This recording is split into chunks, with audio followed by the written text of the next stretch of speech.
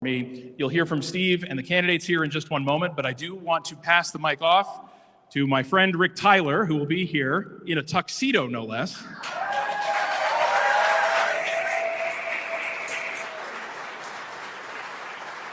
And Rick will be doing the formal introduction of the candidates. So welcome, Rick, and welcome to the candidates. Thank you so much. Ladies and gentlemen, welcome to the Cross Insurance Center in Bangor, Maine, and the main event. Let's get ready. I'm not allowed to say that next line. That's copywritten. I'm sorry. Let's get ready to debate.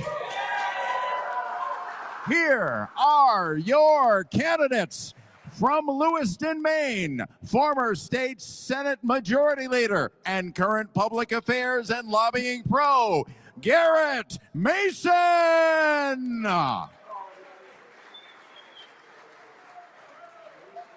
Garrett Mason. From Standish, Maine, current state senator, Thomas College president, business professor, I should say, and PhD economist, Dr. James Libby. From Patton, Maine, son of a third-generation logger, Harvard MBA, Gulf War-era Army veteran, and co-founder of the Maine-based neuroscience innovator, MedRhythms, Owen McCarthy. From Paris, Maine, retail manager, small businessman with an MBA and a seat on the town select board, Robert Wessels.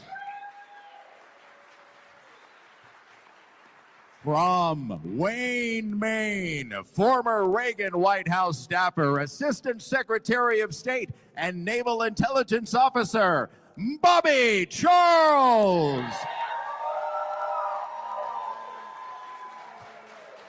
From South Portland, Maine, Army combat medic, Harvard MBA, and co-founder of Athena Health, the multi-billion-dollar health tech powerhouse, Jonathan Bush. From Kennebunkport, Maine, founding partner and former CEO of Crunch Fitness, an international business he grew to more than $1 billion in annual revenue, Ben Midgley.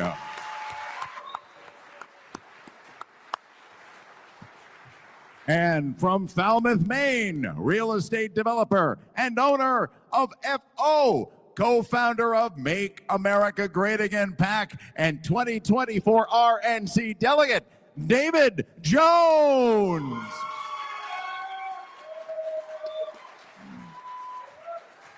And now, your moderator for tonight's debate, the uncredited blogger from Dexter, Maine, who once earned a George Mitchell scholarship, from the Maine Wire, editor-in-chief, Steve Robinson.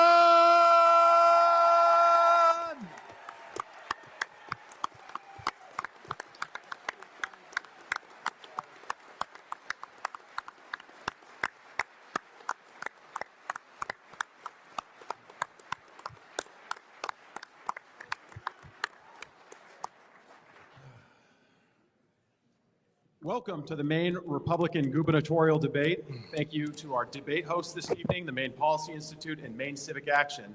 Thank you to the Maine Wire team for offering comprehensive live stream coverage of tonight's debate. I'm your moderator, Steve Robinson. Candidates, we've explained the rules to you in advance, but for the benefit of those watching here at the Cross Center and at home, all candidates will have 90 seconds to offer responses to questions. The time will be displayed on this clock, and the limits will be enforced by this bell. Candidates will have 30 to 60 seconds to respond if they are attacked by another candidate at my discretion. We will end with closing statements of 2 minutes. The order of responses and positions on the stage has been determined by a random drawing that we did later. The men on the stage were not given the questions in advance of this debate. Candidates, we will now begin with a question directed specifically at one candidate, and only that candidate will respond. But before we do any of that, we're going to have the national anthem. All right.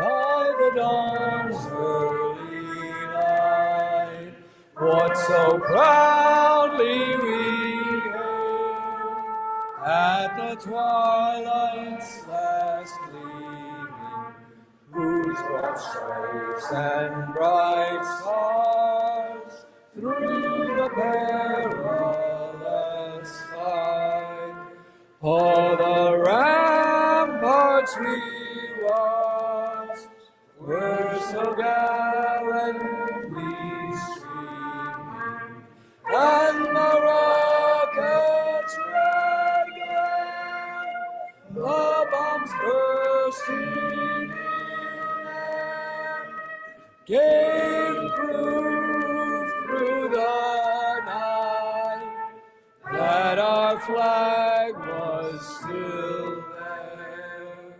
Oh, say does that star-spangled banner yet wave o'er the land of the free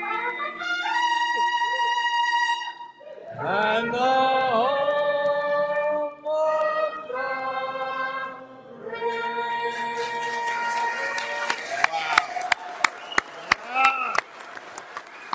Thank you very much, Brian Netto, our trumpist, and Rick Tyler for introducing the candidates.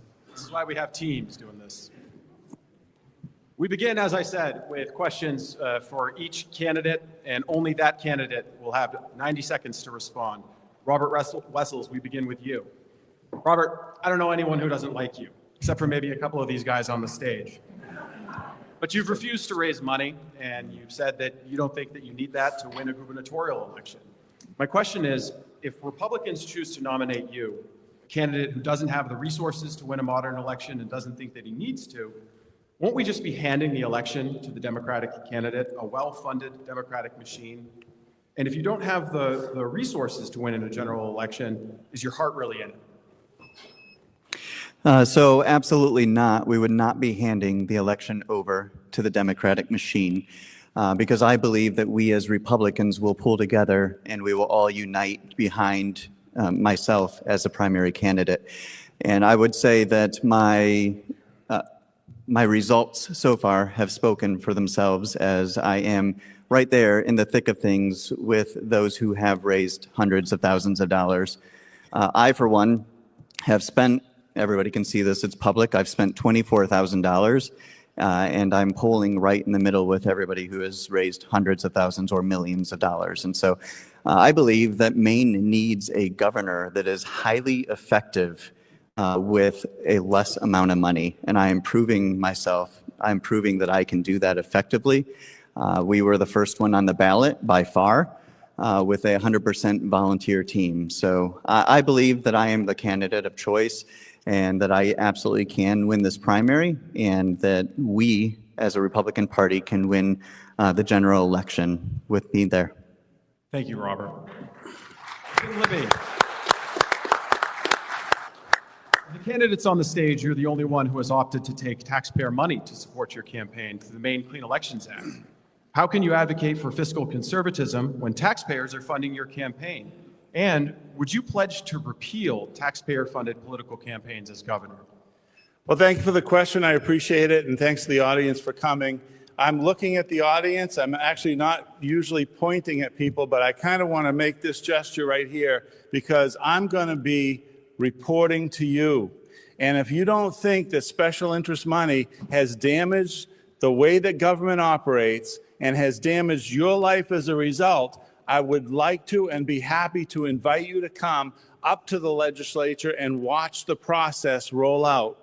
The problems that we have aren't always created by government influence, but does anybody here think that the lobbyists are actually sitting in the Senate chamber where I work for no reason at all? They're there to influence the process. It's called rent seeking. right? And rent seeking is just, we're trying to set things up so that the law really favors us. That's the way it's been going for a long time, and people in Maine have told me that they're sick of it. The only 2 times that I've worked on with clean elections is the first time I ran for governor in 2002, and now. I've never run as a clean elections candidate, always a traditional candidate as a legislator, and I've been a senator 4 times, and I've been a representative twice. Why is that? Well, if you're in the legislature and you're in legislative leadership, you can raise money through PACs while everybody else, rank and file, is raising money through clean elections. And I would say, no, I don't want that. Thank you. Ben Midgley, you have never held elected office, never served on a town board, never run a government agency. You describe the governorship as an executive role, but a governor can't fire the legislature, even if Governor LePage tried once. You can't fire judges. You can't restructure departments the way a CEO restructures a company. What specifically have you done that prepares you to work with or against a Democrat-controlled legislature or a Republican-controlled legislature that has no obligation to do what you say? Okay, first let me just say that not having political experience is fairly common. 20% of all governors elected historically have no political experience. Ronald Reagan, for example, never had experience before he was elected governor. Donald Trump, no political experience, but I do have significant executive experience. And one of the things I've focused on in my entire career that's made me really one of the most successful operators in the industry that I work in is my ability to work with people, listen to people. Sometimes you have to get there through compromise, which obviously is not the approach we're going to take initially because there are so many things wrong the Democrats have put in place. Sometimes you have to get there just by showing the authenticity and that you're going to listen to people. Sometimes you have to be consistent enough to hear the ideas from the other side, even though you don't take them, but to get people to come over to your side because they show your intentions are true. Negotiation-wise, I've worked with large private financial institutions for the majority of my career. Tremendous amount of work, I'd say, with high-level lawyers, with unscrupulous characters in the corporate world that I've had to deal with before. But in any case, it can be very effective in getting us from point A to point B. Also, when you're from outside of the political world, you don't really look so much at the process as you look at the problem, and you go to fix the problem. If you can't get it this way, you're going to go this way. If you can't get it this way, you're going to go that way. My time's up, so I'll leave it at that.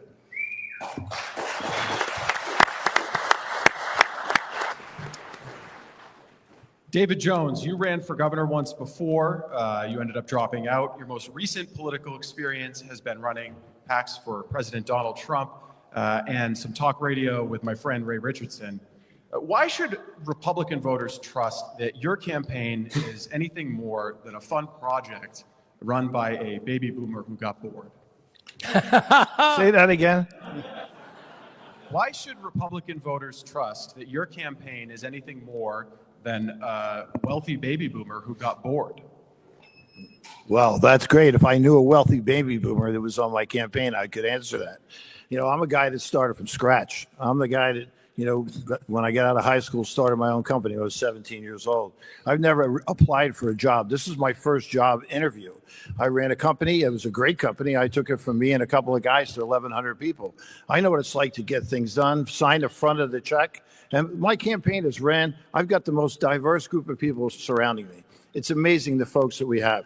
And, you know, I look at this and I say, I'm really proud that I have the people with me that I have because we know Maine. I've been involved in Maine politics for over 30 years. I've been, listen, my ear to the ground. 20 years I've been doing a radio show. I've interviewed presidents, I've been vice presidents, senators, congressmen. I've been with President Trump. I was chosen by President Trump to be on the Republican National Platform Committee. This isn't my first go-around, but I am a true conservative. I am the only Trump guy in the race, and make no mistake about it. I've been with him since day one. The PAC that I started was called Making Maine Great Again. Fantastic PAC. We came 22,000 votes away from turning the state of Maine red.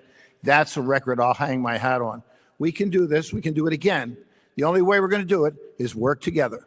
But believe me, you elect David Jones as your next governor, you got what you've been looking for. Thank you.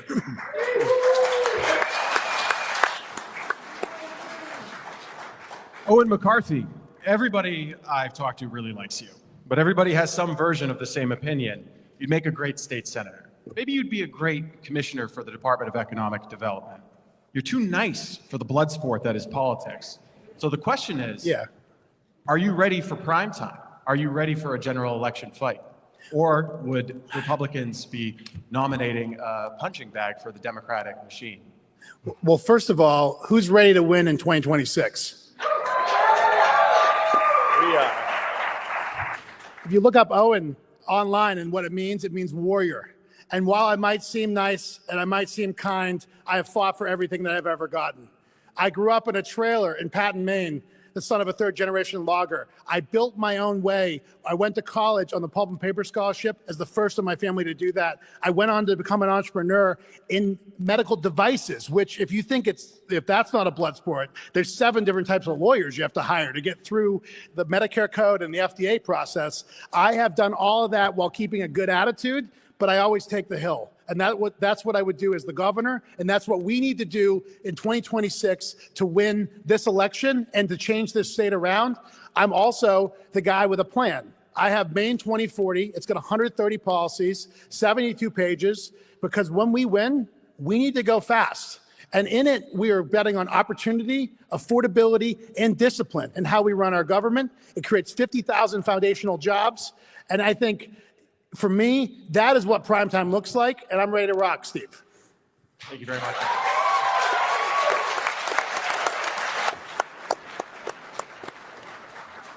Bobby Charles, you grew up in Maine, but you've spent most of your life working and living in Washington, D.C., at the White House, on Capitol Hill for the State Department. You continue to run a D.C.-based consulting firm, and your critics have labeled you a carpetbagger from away. When did you begin living full-time in Maine? Will you return to D.C. if you lose the primary or general elections? And how do you respond to critics who say that you're just a D.C. insider? Well, thank you, Steve. I grew up in this state, and I would argue that the values that you get that matter most are the ones that you are grown up with. And I was grown up by a school teacher in a town of 500. I was working full-time at 12. I was building houses with World War II vets at 17, another big influence. And then I went away to serve my country, and I served for 10 years in naval intelligence. I was invited to serve in the Reagan White House. I would never trade those years for anything. I love this state, and I'm back. I've been in this state just about every year of my life, unless I was in Iraq or Afghanistan or for some other reason not here. But the reality is I am totally dedicated to this state. And I voted for Ronald Reagan in 80 and in 84 here, and then I came back here finally after I bought my house in 05. Bottom line is I am all about the idea that you go where you're needed. I came back here. I never expected to run for governor, never thought of it. And at the end of the day, I looked around and I thought, oh my God, the state I came back to is not the state that I left. And I realized I've got the tools. I've managed billions of dollars. I have been a crime fighter all my life. And I fought fraud as a federal investigator and litigator. And what does this state need? It needs someone who will fight fraud, as you well know. It needs counter narcotics, and it needs a manager. And I've done that.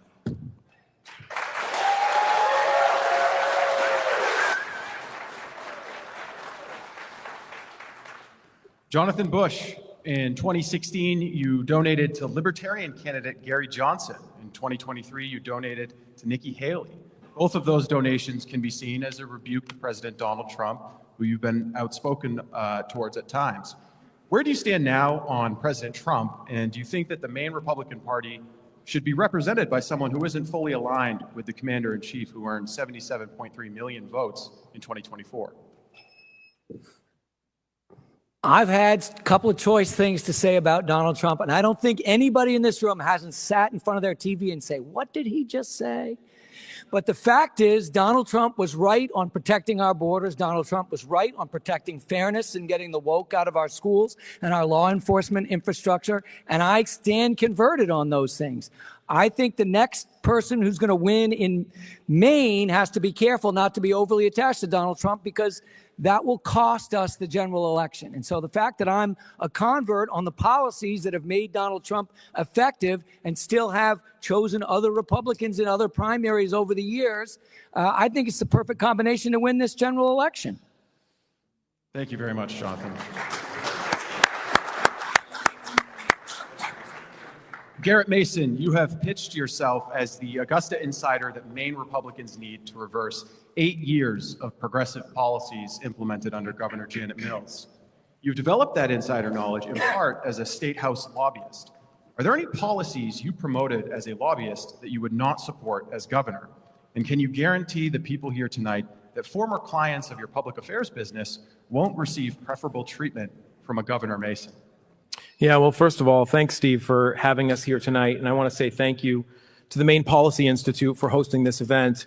You know, as somebody who did run for governor before and can tell you that we usually had these type of debates in high school gyms and various other places like that. And so this is definitely an upgrade. So very well done. You know, I did serve 8 years in the state legislature, and I also served, I've worked the past 8 years with my own public relations firm. And we have clients like the Maine Farm Bureau, where we advocate for lower healthcare costs through things like Farm Bureau health plans. We also do things like advocate for Associated Builders and Contractors, another client of ours, where we fight against right-to-work things. So when you're elected governor, the person that you're lobbying for is for the state of Maine, and I've always taken that responsibility very seriously, whether that be as a state senator or a county commissioner. I've always advocated for the Maine taxpayer, and I'll continue to do that as governor. Thank you, Garrett. Now we'll move on to more general questions for all of the candidates, and we'll swing back the other way. So coming right back to you, Garrett. The first question is from an informal poll that we conducted yesterday of Robinson Report subscribers. The number one subject our readers wanted discussed at this debate by far was corruption. From no-bid contracts and Medicaid fraud to green energy boondoggles, Mainers have watched their taxes go up while NGOs, special interests, and Democrat cronies get rich. As governor, what specific steps would you take in your first year to root out fraud and corruption in state government? And what will you do to make state government more transparent? Well, there is absolutely no question that fraud and corruption is out of control in Augusta, and it's largely due to the things that you just said.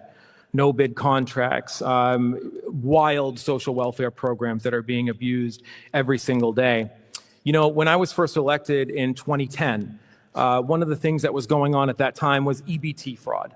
We were finding out that people were selling their EBT cards at pawn shops, and that there was just the fraud and waste and abuse in that program specifically was out of control. And so what did we do? When we got into office, we addressed those issues. We put a 60-month cap on benefits for an entire family. We tightened eligibility requirements for people on these programs. We put pictures on EBT cards to make sure that you couldn't sell them in pawn shops. But the fact of the matter is, fraud will always find a way. And you have to be ever vigilant about rooting out fraud, corruption, waste, abuse in the system.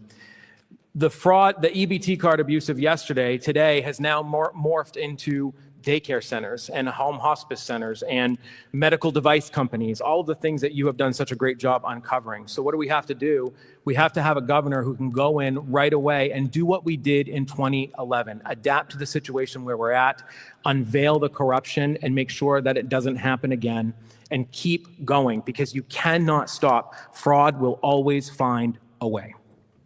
Thank you, Garrett. Jonathan Bush. What would Governor Bush do to crack down on fraud and corruption in Augusta? Oh boy, glad you asked. First of all, thank you for your unrelenting attention to surface this kind of stuff. You guys have done a phenomenal job. And fraudsters like our current system, but our current system loves wasters. And this system's problem For every dollar we've found that we will find in fraud, there's $10 in waste because our healthcare infrastructure gets run like the Soviet Union. You get a contract with the commissars in Augusta, you can do bad home delivery care, bad transportation care, bad autism care for a decade and never get cut off. There's no authority to fire people who aren't effective, even if they're not breaking the law. It's legal to stink. That's incredible. The solution is not to go and audit and do whack-a-mole with each one. Of course, we enforce our laws. Fellows, thanks for coming tonight. We should free you up to enforce our laws better than we have. Sorry about that. But the thing to do is a bold restructuring of the way we do this. Get Augusta out of the healthcare delivery business. Get Augusta out of the Medicaid delivery business. Prune it back like an invasive species, like the knotweed that it is. Delegate responsibility to our doctors and our clinics. Let them adjudicate what ride services are needed, what extra help, home visit, groceries. Maybe Uber's good enough or a local taxi. That's the change that we need.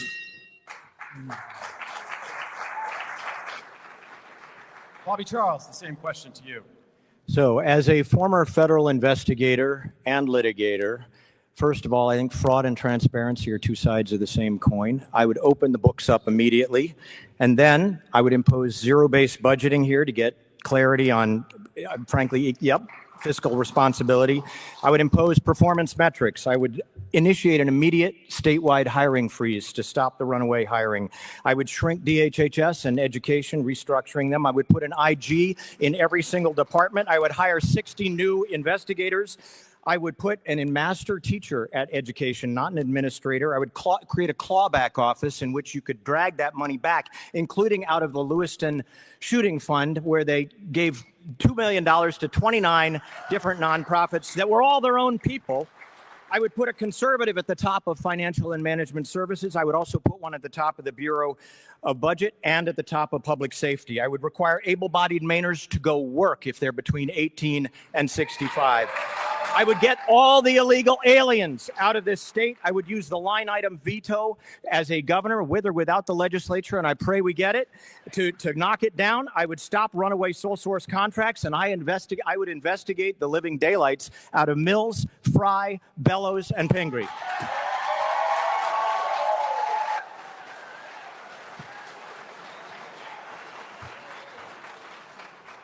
Owen McCarthy, the steps you would take to crack down on corruption and fraud in Augusta.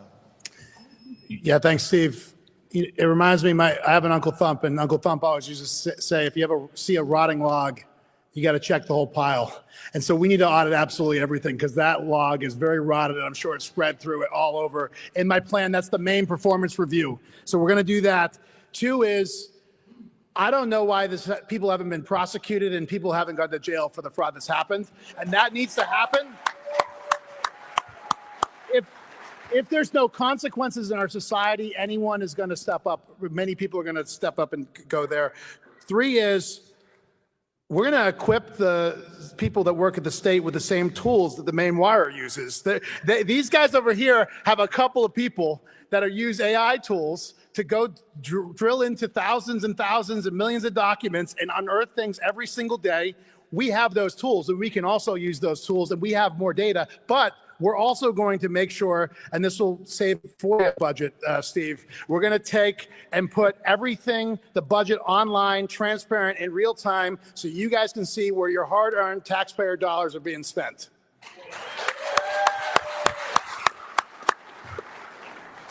So, David Jones, how would you crack down on corruption and fraud? Are you done? I'm good. Okay. With an applause line that good, you got to. Yeah, I'm going to stop. Yeah. Steve's protecting me from myself. Well done, Owen. David Jones. All right. Well, look, unlike anybody else up here on this stage, I've spent many a night in front of town councils raising these issues. I've worked with Amy Sussman. I've sat down with her. I sat down with the U.S. Attorney, Andrew Benson, and discussed this problem. You know, the idea that $1.9 million of the shooting fund has gone to 29 different NGOs is absolutely absurd. I've talked to the shooting victims, as have you. I mean, it's a shame what's happened. There's people who are still hurting today, people who still have to get surgeries done. They've lost control of their arms. I'm telling you, I've it's pathetic. Now, I got drawn into this because of the Ayman Osman problem. They elected a guy who got picked up by ICE yesterday, and thank God he's out of here. No, we brought that to light. I was there, and as was the Maine Wire, and we talked with several of the people there. And I'll tell you, this is a horrible situation. We have to get down to brass tacks. These people need to be prosecuted. The idea that law enforcement is told to stand down, it's sickening. It can't go on any longer. I promise you, on day one, I will give law enforcement the green light to make sure that the Maine Constitution and the rule of law is enforced in as grand a way as possible. The Chinese grows have to stop. We've got a problem here in Maine, and we don't address it. No one ever is prosecuted for these crimes. Thank you, David. I won't be doing any Candy Crowley style fact checks tonight, but Ayman Osman wasn't picked up by ICE. You'll learn about that later this week at the Maine Wire. It's a lot worse. Teaser. No. Ben Midgley, what would you do to tackle corruption and fraud in Augusta? Okay, so I'm going to give a couple broad answers, then a specific answer on how you stop the money from getting out the door. So fraud management in the corporate world is standard operating procedure, but you can also, as governor, stop bad legislation that's coming through and use executive orders to, stymie up things that need to be stopped. From a process standpoint, if you look at the amount of money going out of DHHS, which is a $4.3 billion department, okay, that's the majority of your tax money. All you have to do within that is, one, for any money that's going out the door, you create exception reports. So anything that doesn't have the proper paperwork, the proper payment boundaries, or the documentation that's required, an exception is generated, goes onto a report. Then you have multi-level alerts. So that exception report goes right up to the commissioner of DAFs, above the manager of that department, so they can't stop everyone from seeing it, all the way to the governor's desk, and you could manage the trend on exceptions through that process. Then you don't allow any payments until all those exceptions are cleared. If there is exceptions that have made it through and they're getting paid, you send the fraud department on it, because you might have a small percentage of that. We got 24 people in the department. You can increase that number. And then when you prosecute, you got to make sure you can't get held up on appeal for 3 years, which is one of the issues we have right now, because these cases can run on and on and on. So you got to get that stopped. You got to have audits for current payments and past payments on a regular basis. At the national level, they do this. You have incentives for whistleblowers in the state government for calling out fraudsters, get a culture of accountability going, and then put transparency out there to the people in Maine. Tell them what you're doing, show them what you're capturing, and then fraud becomes no more.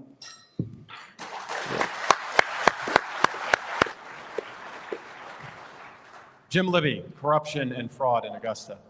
There's so much corruption and fraud in Augusta and in government that I should be given double the time, because I'm working with it right now, and it drives me nuts. Here's the problem that we have. We have a state auditor that wasn't actually an auditing professional, but the state auditor is a decent person, and he came out with an audit, and we found out where some of the irregularities were. Now, if you were in another state, you'd have had an attorney general go right after that. Did our attorney general go after that? No. Why? Because the attorney general in Maine is chosen in a back room by legislative leadership and by the majority party. We're the only state that does it that way. So we need, if we can't change that, I'm going to ask for a constitutional amendment, but if we can't, thank you, a constitutional amendment, we have to ask for it. But if we can't change that immediately, we're going to set up a very much larger operation that is a government oversight committee. We have a member right here today who's a senator in this audience, and he is a member of the government oversight committee. And the Democrats, not to complain about the left, but they have made that oversight committee meek. They can't get the information they need. They can't go after it. What else are we doing? Well, can you imagine this? We're leaving thousands of positions unfilled, and then we're reaching in there and spending the money on something that's unauthorized. These are the kinds of things that we're doing. We've got to stop it. Yes, I love the sound. Robert Wessels, you know the question. Absolutely. So number one, I will bring the want to, right? You cannot convince me at all that Janet Mills has not had the chance to go after the illegal marijuana grows that, how many years has it been, Steve? right? The reality is she has no desire to go after the illegal marijuana grows. And so that's because of the corruption. So on day one, we're absolutely going after those grows. Number two, also on day one, we're going to set up a DOGE, Department of Government Efficiency. I know, Elon Musk took my name, but I said that from the beginning when I started campaigning 2.5 years ago. We need a group of constitutionally minded business people who get together. It's a temporary, I hate bureaucracy, so this is only for a few years, and then we can disband it. But they have to go after the regulations that are killing us. They have to go after the fraud and find that so we can go after it. So this group will find that fraud and will go after it. Also, I think that we need to make it really hard for our government to fund nonprofits. And so that needs to be a senior management level in my administration. Pretty good. So you have to be a senior management to be able to make a decision to fund a nonprofit. And lastly, and most importantly, as I've had hundreds of conversations, we have to change the culture within our state government. There's a culture of retaliation. There's not any openness. And on day one, they will need to sign an agreement, a commitment to be open and be honest. Thank you, Robert. Whether it's drug trafficking organizations selling fentanyl, Chinese cartels growing illicit cannabis, Medicaid fraud rings, or scammers targeting our elderly, Maine is under assault by sophisticated organized crime networks, almost all of them with ties to transnational organized crime. What will you do as governor to protect Mainers from organized crime? And why are you the best candidate to stop criminal groups from taking advantage of Mainers? And also, what role do you think the sheriffs play in fighting organized crime in this state? I'd be remiss if I didn't point out that there's half a dozen of them from across the state here tonight, so you're under a microscope. We'll go in a random order here. Jonathan, you're first. Oh, great. Okay, guys, ready? We need to enforce our laws. Not pick and choose based on the righteous and the social justice and the environmental and the homeless consideration. Nope. Enforce all the laws we have all the time with everyone relentlessly. That means, bring it. That means we get a common record management system that sheriffs can subscribe to so guys don't spend their entire shift processing an arrest. We get rid of the excuses for the jails to accept people, get rid of the $60 problem where everybody, no matter how many arrests, ends up getting streeted right after the fact, get rid of the medical center excuse, get nurses so that we can actually get people the 3 hots in a cot that they deserve and need to maybe get a restart going. Now, I've built infrastructure at a large scale. We have a $4 billion healthcare system in this state. Athena managed $30 billion of collections across 116,000 doctors, and we knew where every penny was at every moment. Our law enforcement community deserves that at the micro level so that we can roll up and be able to handle these more sophisticated things that grow up in an environment where our law enforcement are tied at the hands, both culturally, where we don't respect them, and infrastructure-wise, where we don't give them the information they need. I've done it, and I don't think you can do it with experience as a lobbyist. I think you have to actually be a CEO to do that. Bobby Charles, your plan to protect Mainers from organized crime. So this time, Steve, I really mean thank you. I have done this for 30 years. I have fought organized crime. For 10 years as a Navy intelligence officer, going after counter-narcotics, counterterrorism, and these TCOs, we call them, all over the United States. As the Assistant Secretary of State, I helped bring down the Cali cartel. I helped bring down major traffickers. I trained law enforcement. I actually set up all the police training in Iraq and in Afghanistan and in Kosovo, and frankly brought down a lot of the traffickers in Colombia, Bolivia, Peru, and Mexico. We're at a moment of enormous peril in the state of Maine right now because we have all the worst trafficking groups here. It's not just the Chinese triads, and God bless you for outing them, but we have the Dominican Trinitarios here. We have the Sinaloa cartel here. We have the Crips. We have the Bloods, we have the gangster disciples, we have the Latin Kings. I have spent my life fighting this fight, and very effectively, by the way. In fact, part of my company's business was to do all of the strategic planning around the United States for all counter-narcotics for the National Guard and develop the algorithms to find them. The bottom line is we need to do three things, really simple three things.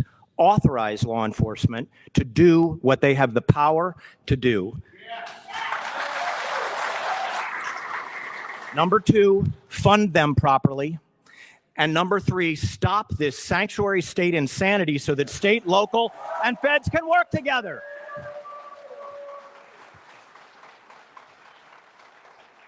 Jim Libby, what will you do to protect Mainers from organized crime? Yeah, I mean, I was sitting here reflecting on it, and I had to think to myself, that's going to be a pretty hard question when it's government that's organizing the crime. And I'm not just saying that. I mean, there's not only that no bid contracts, but there's bid rigging. I could talk about that forever, and you need to learn about that. Thank you very much. Did you know, for example, that in the last session that I served, we tripled the amount of cocaine that you can have on your kitchen table without getting a serious crime? That's the kind of leadership that we have now. We have to stop that from happening. We're decriminalizing drug use. And on top of that, we're normalizing it. We've got, on every street corner in my district, it seems like somebody is selling cannabis. Am I right? We don't need to run it like that. First of all, think about that. If you're going to have something on every street corner, the price is going to go down. They're going to go bankrupt. Well, that's not such a bad thing, I guess. But that's poorly run government right there. So I've worked with Sheriff Lancaster, and let me tell you something about that man. He is working for you, and he's out there busting up these illegal Chinese grows. So the first thing I'm going to say to you is right now, before my bell rings, no Chinese national is going to be able to buy any property in this state if I'm governor.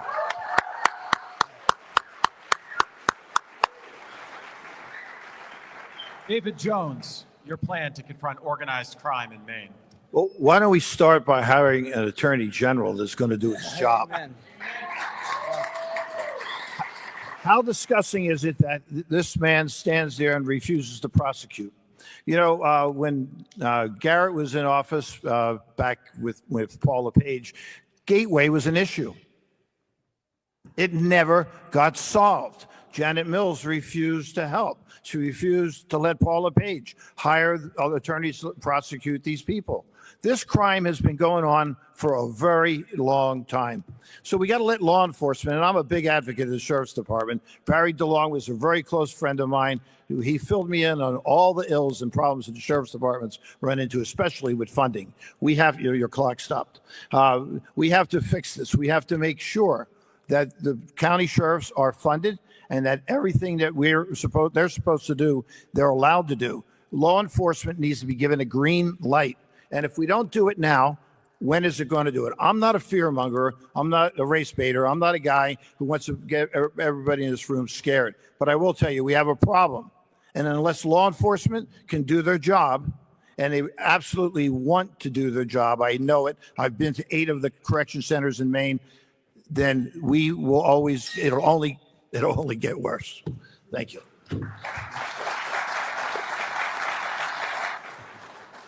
Garrett Mason, your plan to confront organized crime in Maine. So do I get 2 minutes? David said my name. I'd like to We had a clear things malfunction up. with the timer. Okay. I feel like you need the advantage. Go ahead. I guess one of the things, yeah, thank you. I guess one of the things that I'd like to say is like that was absolutely the case, and this is where somebody with government experience comes into play. Right now in the state of Maine, we have a Democrat Attorney General, and of the 8 prosecutorial districts, we have 7 Democrats and 1 Republican, and it happens to be Neil McLean, who is the district attorney in my county. We have one person that is going to willfully prosecute these people. So the first thing we have to do in order to do things like that is we have to make sure that we actually have prosecutors who are elected by the people, who are Republicans, who will actually go after this. That's why we have to elect a legislature, by the way. Incredibly important. But on to the basis of your question, when I was in the legislature, one of my first committee assignments was a Criminal Justice and Public Safety Committee. And while I was on that committee, I got the opportunity to work with people like Bill Diamond and others where we've confronted things like this. We have incredible tools at our disposal. But the first thing we have to do is we have to make sure that our law enforcement understands that we have their back.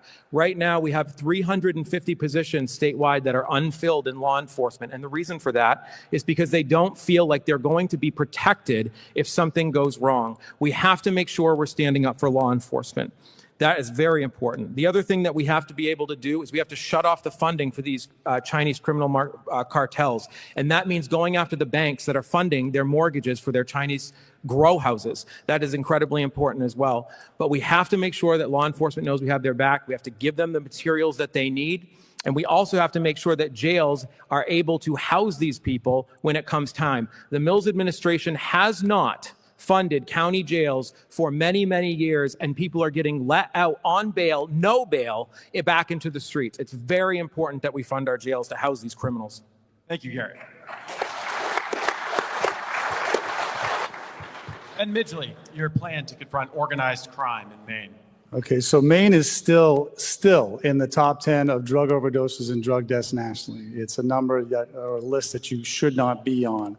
Sonia and I both lost our nephew to a drug overdose, like I'm sure many of you have, or people that you know, and that should not be happening. That's basically policy driven in the state is why that's happening. It's being allowed to happen. So day one executive order on my desk, end Maine sanctuary city policies, that has to happen. Allow cooperation with all federal authorities. State needs to back law enforcement 100%. In regard to the sheriff's department, these are elected officials. They need a voice at the table in regards to all policies, all funding, and then you have better integration with state police, local police, but there has to be more voice in there from our sheriff's department. No more garbage legislation that's going to create more soft on crime policies. You got to stop that. You have to, of course, eliminate Chinese marijuana. Everyone I talked to in law enforcement said that could be stopped almost immediately, given the right support. And those drug gangs that were mentioned, those are the worst in the world. They bring the majority of all drugs into the country, and they shouldn't be in Maine. When I was growing up, you didn't have that. That has been allowed. Back when COVID started, Janet Mills gave the stand down to the Maine Drug Enforcement Agency, and of course, A.G. Fry is not prosecuting anywhere near what he should be prosecuting from that standpoint. You've got to change out the Supreme Court judges.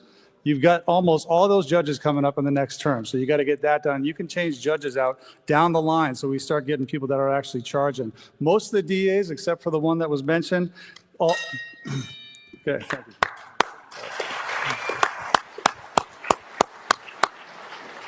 Owen McCarthy, your plan to tackle organized crime in Maine. Well, we got to look at supply and demand. And on the supply side, how about we cooperate with the federal government to make sure we're working together to tackle this problem? How about we lobby the Trump administration to be a high-intensity drug trafficking area expanded throughout additional regions of the state of Maine? We should. How about we fund their justice system at the same level as our neighbors? If you look at the data in New Hampshire, they've doubled or tripled their funding for law enforcement, while we've stayed largely flat. If you look at the budget, that is unacceptable in the last 5 or 6 years, and we need to do that. We need to invest in police recruitment and retention, and then we need to make sure as we arrest people, we have public defenders, and we fix the public defender's office, and we need to eliminate cashless bail so it's not a carousel where people are coming in and out. On the demand side, you know, I had a friend, best friend from high school, that got into drugs right after high school and was addicted most of his adult life. The normal path that the current administration would send this person down would be to hand them out more needles. But instead, this man is now recovered because he went into the Arise faith-based recovery program.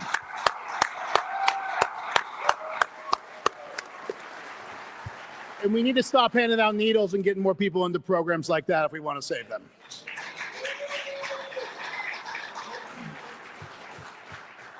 Robert Wessels, organized crime. Go. First off, I want to say thank you to the gentleman in the front row. Thank you for fighting for us. And the reality is your hands have been tied by the legislature, by this administration, and you continue to fight. You continue to do that. And my hat's off to you.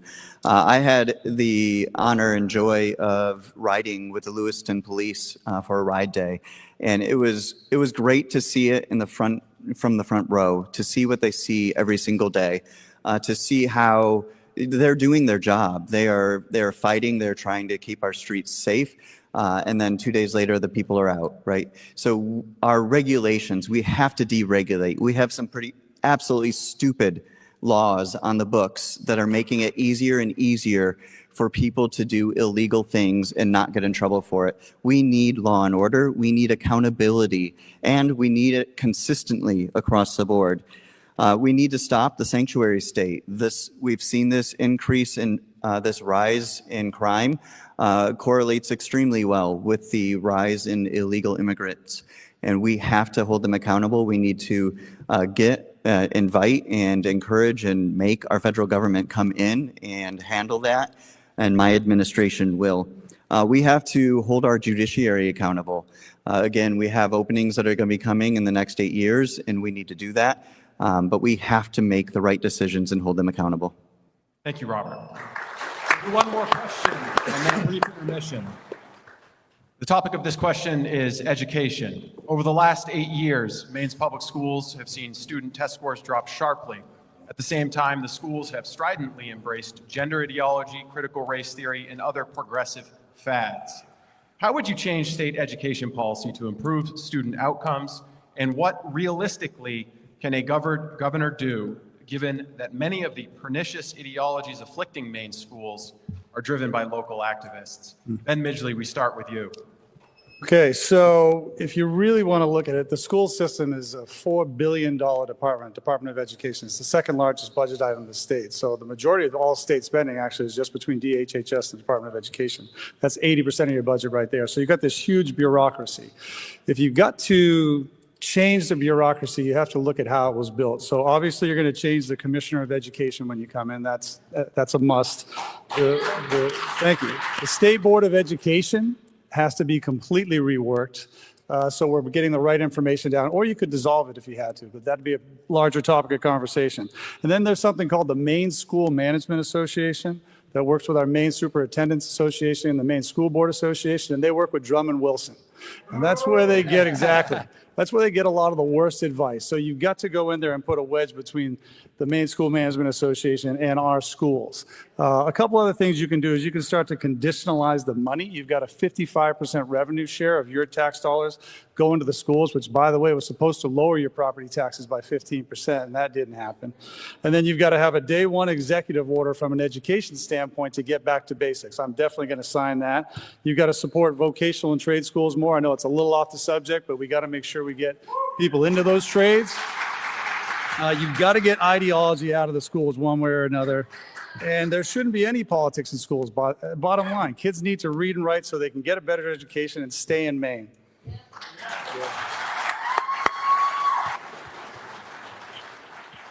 Garrett Mason, to you.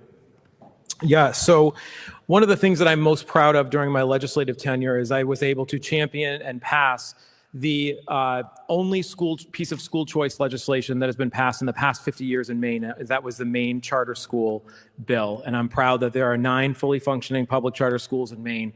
I believe in school choice. I think it's a big piece of the problem, and I think we need more of it. That being said, there's going to be a lot of talk, I'm sure, about reforming the Department of Education, and that's very important. We need a new commissioner who understands that everything that's being pushed into our schools is being pushed from the top. It's easy to get rid of the woke websites on the DOE. It's easy to get rid of all of the pushed curriculum that they're doing. Our founders were very intelligent. They designed a system here in Maine to make sure that school control was local. Our local school boards have an incredible amount of power at their discretion. The problem is that for the past 50 years, Democrats have said that they don't have any power, and they have to rubber stamp whatever the administrator does and says that they have to do. That is not true. And it's organizations like Maine Policy Institute who have developed things like the Maine Education Initiative that is teaching school boards their power. They're saying no to Janet Mills' interpretation of Title IX. They're saying no to woke curriculum in school. And this organization is teaching them how to do it. And when I'm governor, we will make sure that we have an office of the school board liaison to teach schools how to do this.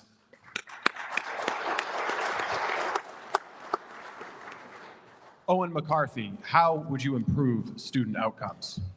So if you read my plan, Maine 2040, the chart right here shows spending going like this and results going like this. Isn't that a strategy problem, everybody?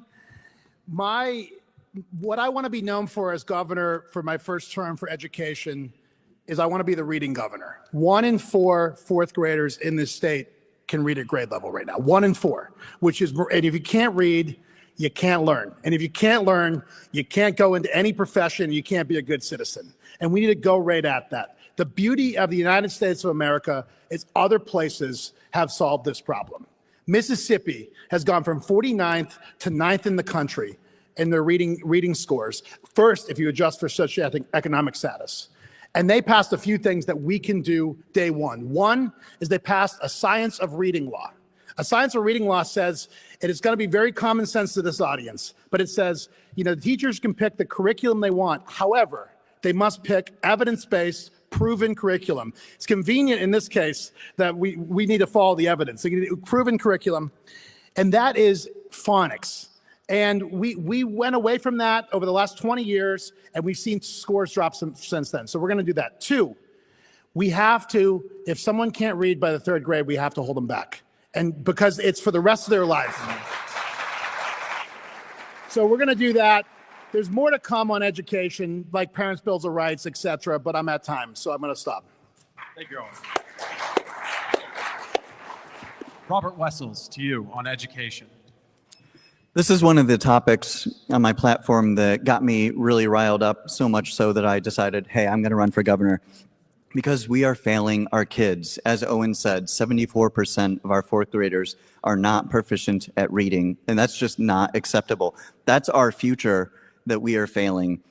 So number 1, day 1, Sarah Gagne Holmes is out. We need a new commissioner. Number 2, we need to get school choice in there. I agree with that. We need the competition. I come from the business world, and when you have competition in the business world, consumers win, you win.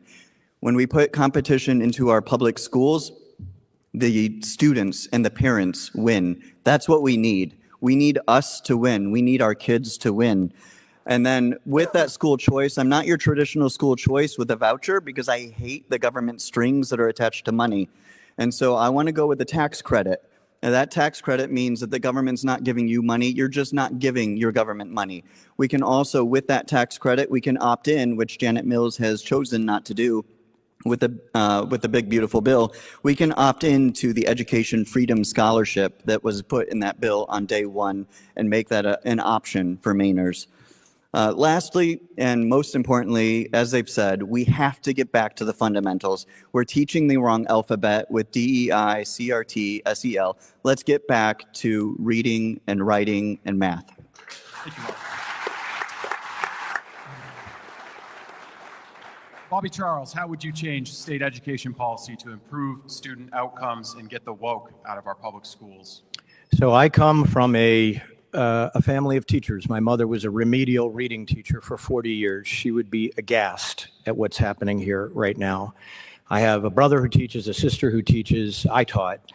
I will tell you what we need to do. 3 things: accountability, restructuring, and leverage. Accountability from the beginning to the end. We have to, in these schools, say you are accountable for learning, doing the hard thing, learning the character, learning the math, the reading.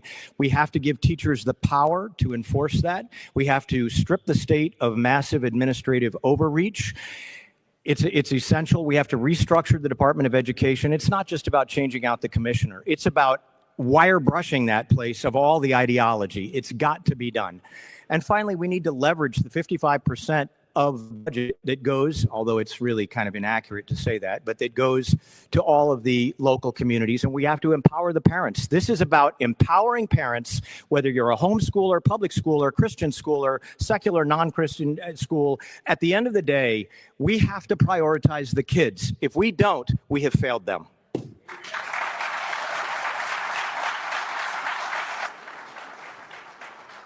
Jim Libby, the same question to you. Oh, great. Look, I've been an educator for 36 years. This morning when I started my day, I was at Thomas College teaching at 8 a.m., teaching an international economics class. And then I went to the state senate to do my job there. I've been involved at all levels. I've taught high school mathematics. I've taught at full-time at 3 different colleges. And I'm here to tell you exactly what's wrong. First of all, the commissioner's name is Pender Macon. And secondly, here are the problems. There is no discipline in the schools. So we need to work on the discipline problem. Thank you. Back to the basics was a really good idea. I agree with that. If you look in the law, Maine only requires 2 years of mathematics to graduate from high school in the law. Massachusetts requires 4 years of mathematics. They were at the bottom when I started in 1992, and we were at the top, and it's completely switched around. Better teacher training, that's a key piece. Teachers are coming into the profession, young people with all kinds of, they really want to do a great job. They're not getting the training they need, and there's differences between the college and the instruction. Back to the basics, good. Action on chronic absenteeism. Yeah. The absentee meeting that some schools have takes place once a month. In the meantime, a child has missed 10 classes. Are we going to really look at it that way? Thank you. Hey, Steve. Steve, can I respond? Yes, 30 seconds to respond. So he mentioned Pender Macon. Absolutely correct. Thank you, Jim. I will stand by Sarah Gagne Holmes, who's over DHHS, also on day one. David Jones, what would you do to shape education policy to improve student outcomes and drive out pernicious ideologies from our public schools? Well, it starts at the top. Pender Macon's got to go. There has to be a commissioner of education that gets it and really wants our kids to learn something other than DEI, SEL, and CRT. This is sickening what our children are learning. I have a 5-year-old granddaughter. She came home one weekend. She's in a school, and she said, "Oh, hey, Papa, you know, the librarian was reading a book to me about a little boy that wears a girl's dress, the boy in the tangerine dress." And I looked at her like, oh. She goes, "I know you didn't want me to listen to it, so I covered up my ears, but I could still hear what they said." And then she sees me infuriated, and she goes, "But Papa, please don't do anything because they won't like me." So here's a 5-year-old child that's being taught alternative lifestyles that I don't want her to know at that age, right? And fear of retribution. I went to school, and I wasn't the greatest student in the world. You can imagine that. I was the guy that was always in trouble. They had a permanent seat in me with a piece of tape on it, have my name on it in the principal's office.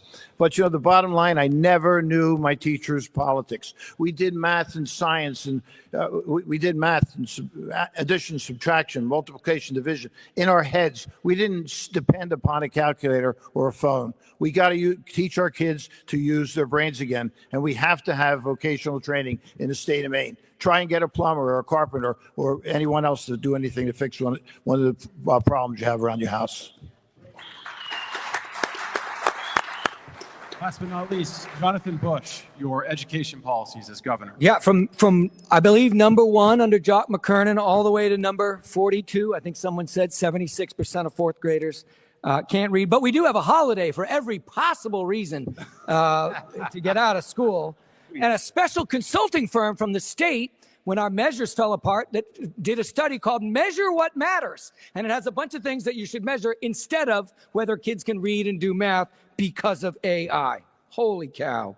The solution, just like everywhere else I'm looking, beat back Augusta and bring in the market. This Department of Education needs to shrink. Like every other agency, it's got grant money and excuses and problems that has allowed it to backfill more and more and more people and money and mission. The mission statement isn't, we're going to teach these kids to read, so help me. It's, well, also we're going to appreciate social skills and history and all kinds of stuff. When you have that broad a mission, you can't succeed.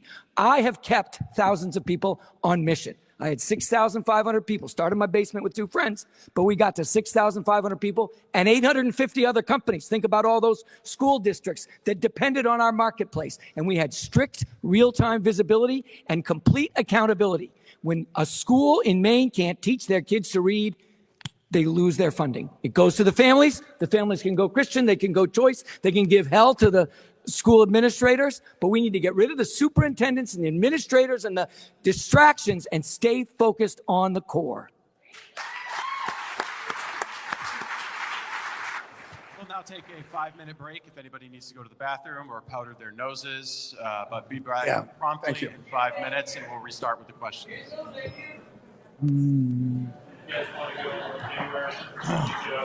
Okay. What? Said I'm having a hard time controlling my face. Oh. Did we start the timer? Mission at the debate, Tom Shattuck. Pretty fiery first half of the debate. What was your initial takeaway so far? I think Bobby Charles has been consistently very strong, and I thought he had a great command in strong, very tight answers. There's a Bobby Charles shirt right there. Yeah. How do you think he's doing? There you go. There we go. But I thought Owen was out of the box. Yeah. Just excellent. And actually, Gately and I said the same thing. That Owen was he kind of like stole the ball and ran it across down the court for a layup. Saying that's what everyone in the comment, a lot of people in the comments were saying the same thing. And just to clarify, everyone, this is an intermission, so we will be back to part 2 of the debate in about 5 minutes here. But we're going to give our quick thoughts, and then we do have a great sponsor, JT Reed in Auburn, that John visited. So we'll get to that video and then kick it back to the second half of the debate. But John, your thoughts?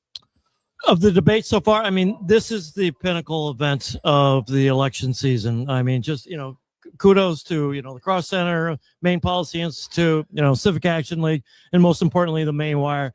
This is a high-class event.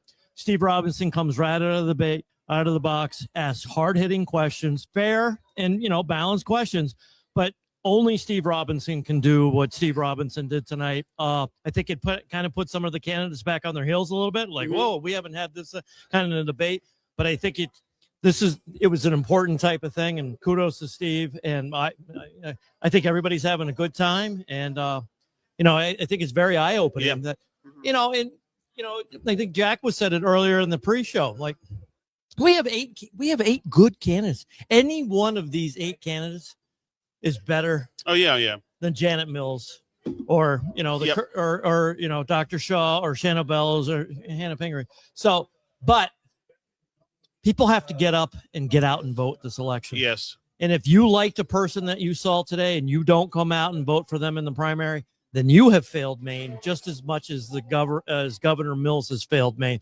You have to get out and vote. This is the most important election. People say it all the time, oh, this is the most important election of our lifetime. But this one truly is. So if you're impressed with anybody today and you don't come out and vote for these guys, because these guys are working hard. Yeah. They are really working hard. They're nonstop. They're 7 days a week. And this is the perfect opportunity for you to see who is the best candidate for you today. And Jack, you and I, the first thing we did was when we came out here for a moment to reload in the lobby area, was say that Owen McCarthy just seemed to score the first bunch of points. Well, except for Steve Robinson's points. I mean, he got like 8 right in a row. But yeah, Owen McCarthy, I don't know these candidates. I'm from Massachusetts. I'm the visitor. I don't know who has the advantage. I'm just saying, as a messenger, all these guys have more or less the same views. McCarthy sounded like a pretty good messenger to me tonight so far. Yeah, and you know what else he had? He's always been impressive in all the debates, to be honest with you. Yeah. Well, and I thought that Bobby Charles had just the right amount of heat and passion and depth of knowledge in his answers, especially about crime. He said what I wanted to hear. He scratched an itch that anybody reads the Maine Wire wants to hear somebody's going to kick some asses. But Owen McCarthy was just kind of suddenly the most fun guy at the dinner table. And I know that's not really substantive. Charles wasn't bad. Yeah. I just think his expectations were a little bit higher. And so, So and I had no expectations from Mr. McCarthy. Not at all. As I was it almost, and I know this is a sin to say this, but I almost was like, do we need all 8? Now I'm glad that he made the cut. I'm glad that just about everybody. I think Jonathan Bush always kind of impresses too. It surprisingly impresses. Yes. Yes, I totally agreed. I uploaded a piece of video with Jonathan Bush talking about how to fix Medicaid. That's kind of his bailiwick, right? And he's a quirky guy. which makes him very interesting. He was doing crowd work for a moment. He's like, "Oh, no, please, please, please." And I thought, anytime somebody can break through, and go right ahead. Well, I was going to say this has been a great discussion. I hate to do this, but we are in a little bit of a time crunch. So, John, we do have a great sponsor for this event. Everyone has been concerned about your safety.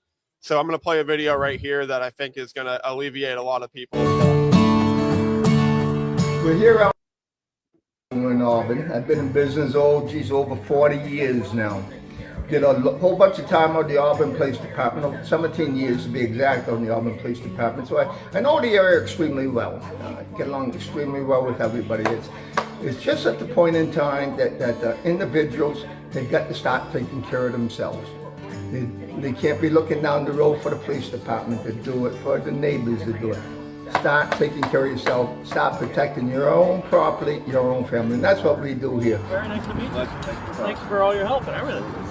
Where's this come from? This is the Sword of Truth. This is the banned item from the debate that you're up on. It is? Oh, yeah. Let's go. We give safety courses. We will teach you how to take care of, help teach you how to take care of yourself. We have everything here, virtually every handgun you can imagine, long gun, handgun. Come and see us. Come and see us. Come in on a Saturday or Sunday, get to know us, get to know the individuals that come in. A lot of veterans come in, a lot of old-time police officers come in. Boy, the stories we tell, that's something. But thank you guys for being here. Thank you guys for doing what you're doing. We greatly appreciate it. And I do have to make another point. Steve Robinson, he and I have something in common. We are both graduated from the same high school. Vaughn grew up in Dexter, so go Dexter too. Well, on behalf of the Reeds, hopefully you'll accept it. Timber Freedom. 9 mil. Wow. Still carry. Wow. That's extremely generous of you guys. You betcha. You got to speak up. You got to speak up. You've got to sponsor who's out and about. And that's why we want to sponsor you. Exactly what. You were on the front lines. You and Steve were on the front lines. Well, it's officially all yours. How great are these guys from JT Reeds? I mean, these are real Americans. They're real Mainers. Big supporters of the Maine Wire, and they just want the fraud and corruption to be, resolved here in Maine and go back to Maine the way life is supposed to be. Fraud-free and vacation land and home of the free. And these guys are great. You can't thank them enough for their donations and my gift here and donating sponsorship to the debate up in Bangor. And these guys are great. Thank you, JT Reed.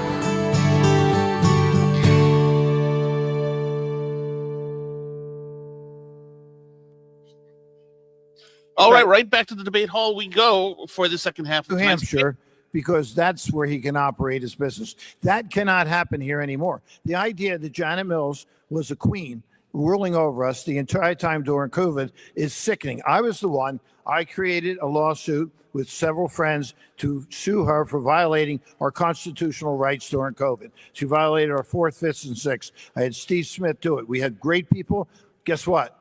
We lost. Why? Because the damn judges. The judges we have here in the state of Maine, we've got to really shake this thing up. So we got to make sure that government the government never, ever, ever does what they did to Rick Savage or anybody else like that. Tell them they can open up their shop, let them go out and buy the food, and then the day before they do it, shut them down again. That is not the Maine I know, and that is not the Maine I would have as governor of the state of Maine. Thank you, David. Owen McCarthy. Rick, to get you to come back, we got to do a lot of stuff, okay? First, we need to fix the fundamentals. And to me, fix the fundamentals is we're going to do a 10% income tax cut immediately on day one, and we're going to phase it out over time. So that's no longer an impediment with New Hampshire. Number 2 is we're a small business state. We have 135,000 small businesses. We also have 135,000 rules and regulations, one for each of you. So what we're going to do, for every one new rule and regulation proposed, we're cutting 2. So over time, that's going to go down. And we're going to grow the small businesses, and that ratio is going to get much more favorable in the future. 3, Rick, if I were you, I would look at the energy costs in Maine and say, what am I doing running a business here? And that is a major problem. As I travel across the state of Maine, I'm talking to both like people that own farm homes and businesses, and they're saying, why should I stay there? My electricity bill has doubled or tripled. They're gone up 4x in some places. So we're going to tackle that too. I don't know if you knew this, but 10% of your electricity bill right now is solar subsidies, right? Those are hidden fees. There's another $400 million in hidden fees with other programs that have been pushed through on the generators, hidden by politicians that don't want to have accountability. We need to take those hidden fees, bring them back into the budget, and bring them down as low as possible so Rick Savage can move back to Maine.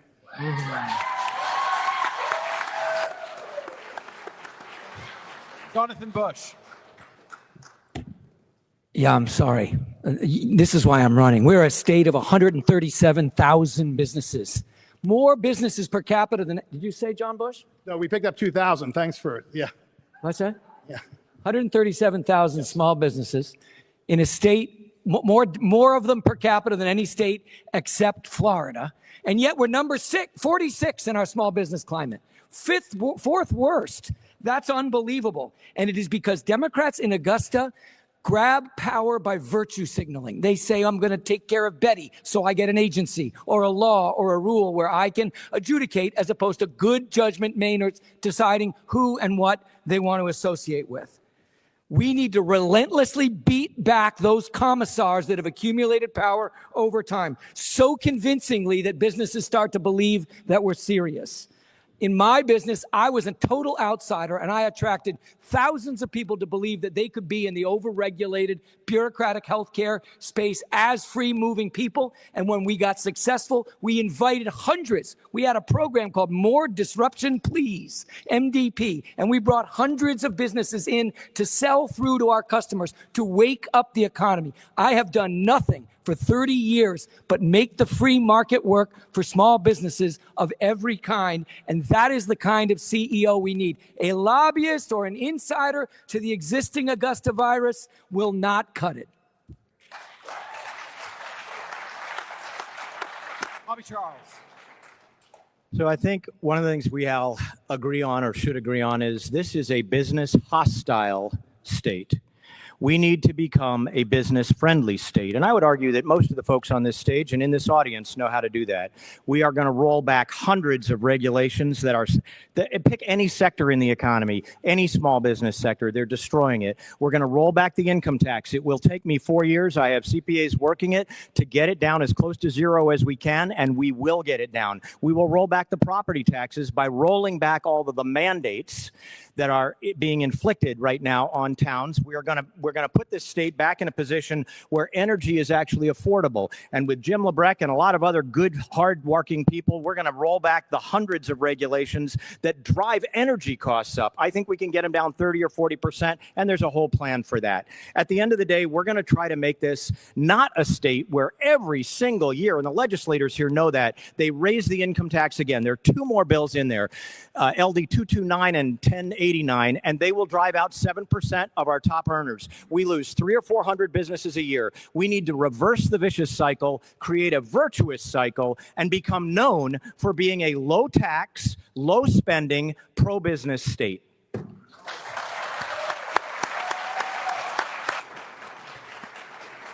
Penn Midgley, what would you do to bring guys like Rick back to the state of Maine? All right, this is such a hard topic to do in a minute and a half. So, I mean, I know what's going on here. I created 15,000 jobs just from building one company. What's going on right now in Maine is there is 0 jobs forecasted in the economic plan for Janet Mills, 0 through 2029. You can't even do that bad if you try. So you've got to get into full pro-business support mode. Right now, our welfare system, too, is working against our business owners. The average welfare recipient in the state of Maine gets $40,000 in benefits. That's why we're 4% lower in labor force participation. Nobody needs to work. So you got to get that system going again. Day one, you got to have an executive order to review all the Democrat legislation that has been harmful to business and how to unwind that. Another executive order that has to go in, just because it's one of the worst deals that I've ever seen, is this sappy dam deal. You got to kill that, because that just speaks to what Maine does to businesses. Okay? You got to cut corporate and personal taxes. Taxes are far too high. We're one of the highest tax states in the country, one of the lowest average incomes. You got to get costs lowered for business owners. Right now, there's no reason to start a business in Maine. Between electricity, employment, taxes, regulations, over 135,000 regulations. That's a real number. You have got to get things like FMLA out of the way. 1%. They're already looking to raise FMLA to 1.5 or 2%. It hasn't even started yet because that many people are applying for their break before it even begins. Business owners can't manage things like that, so we've got to get common sense back in play. Garrett Mason. I'll tell a short story. First of all, Rick, I remember watching everything that happened to you from my couch while we were during COVID, and it was just horrific. And it was one of those stories that it'll forever stick with me for what you went through, and I'm very sorry for that. And I agree with so much of what has been said on this stage, but I want to tell you a short story. When I was elected to the legislature, we had a rally, and it was introducing the first Republican majority that had ever been in 40 years. And while I was standing there, I watched up and down the stairs as people were crying. And I leaned over to the person I was with, Dale Crafts, and I said, Dale, they're so happy that we're here. We've come to save them. And he looked at me and laughed and said, those people are Democrats, and they're going to lose their jobs. And when I'm elected governor, that is exactly what I'm going to go after. We are going to go after the bureaucrats that did that to Rick Savage, and we're going to make sure they're no longer anywhere close to implementing any regulation like Janet Mills did to him. It's untenable what happened there. We have to clean house in the bureaucracy because they're like ticks, so many of them. They burrow in very deep and make you very sick. Jim Libby. Rick, I hope you'll look at my record. I want you to consider my campaign, go to my website, think of my record. The first thing I'm going to bring to your attention and to other business owners in here is that I personally wrote the program that is called Better, Business Equipment Tax Rebate Program. I personally wrote that, and we passed it into law. I got some help. We turned it into a governor's bill, but I wrote it for that governor. And that has had research behind it. There's a report that says it has saved thousands of jobs in this state and created them. Another part of my record that I'd like you to consider is that when the executives from Nestle called me up back in the 1990s and said, we've got 6 sites that we're planning to extract water from, 3 of them are out of state. I said to them, we can create a TIF, tax increment financing, around that district in Hollis, Maine, and we can build a Poland Spring plant. And guess what? We did. And we created, go back and look at the video because I was interviewed right out front of the plant when we had the groundbreaking. And you will see that I have been a champion of tax cuts and reducing regulation for 20 some odd years in the Maine legislature. I have worked so hard while I was a full-time employee, I have worked so hard to bring down taxes and regulations. So I would say, look at the record. Robert Wessel. I've spent the last 20 years running stores, doing retail, and creating a culture within our store, within my store, a culture that's positive and works for both customers as well as associates. And the reality is that what you're describing right now is an absolute toxic culture in our state government. It's a culture of retaliation. It's a culture of retribution and fear, and it has to end. We need new leadership in the state government that will hold people accountable. On day one, we will need to have people sign saying, explaining this is how we should be acting in our jobs, in our government. And then we hold them accountable to that expectation. It's really simple, but it's really, clearly they're not doing it. And so you see that through Greenie's Turkeys. You see that certainly with Rick Savage. You also see it with DHHS daycares. I've talked to several of them around it. So again, this is a toxic culture that is absolutely destroying our state, and it's keeping people from opening up and being honest and telling what they're seeing inside. So the reality is we're shooting down whistleblowers before they even have the chance to blow that whistle. Again, I agree with so much of what everybody said as far as the business environment. We have to repeal regulations, repeal, and then we have to get our costs under control because we're chasing businesses out of the state.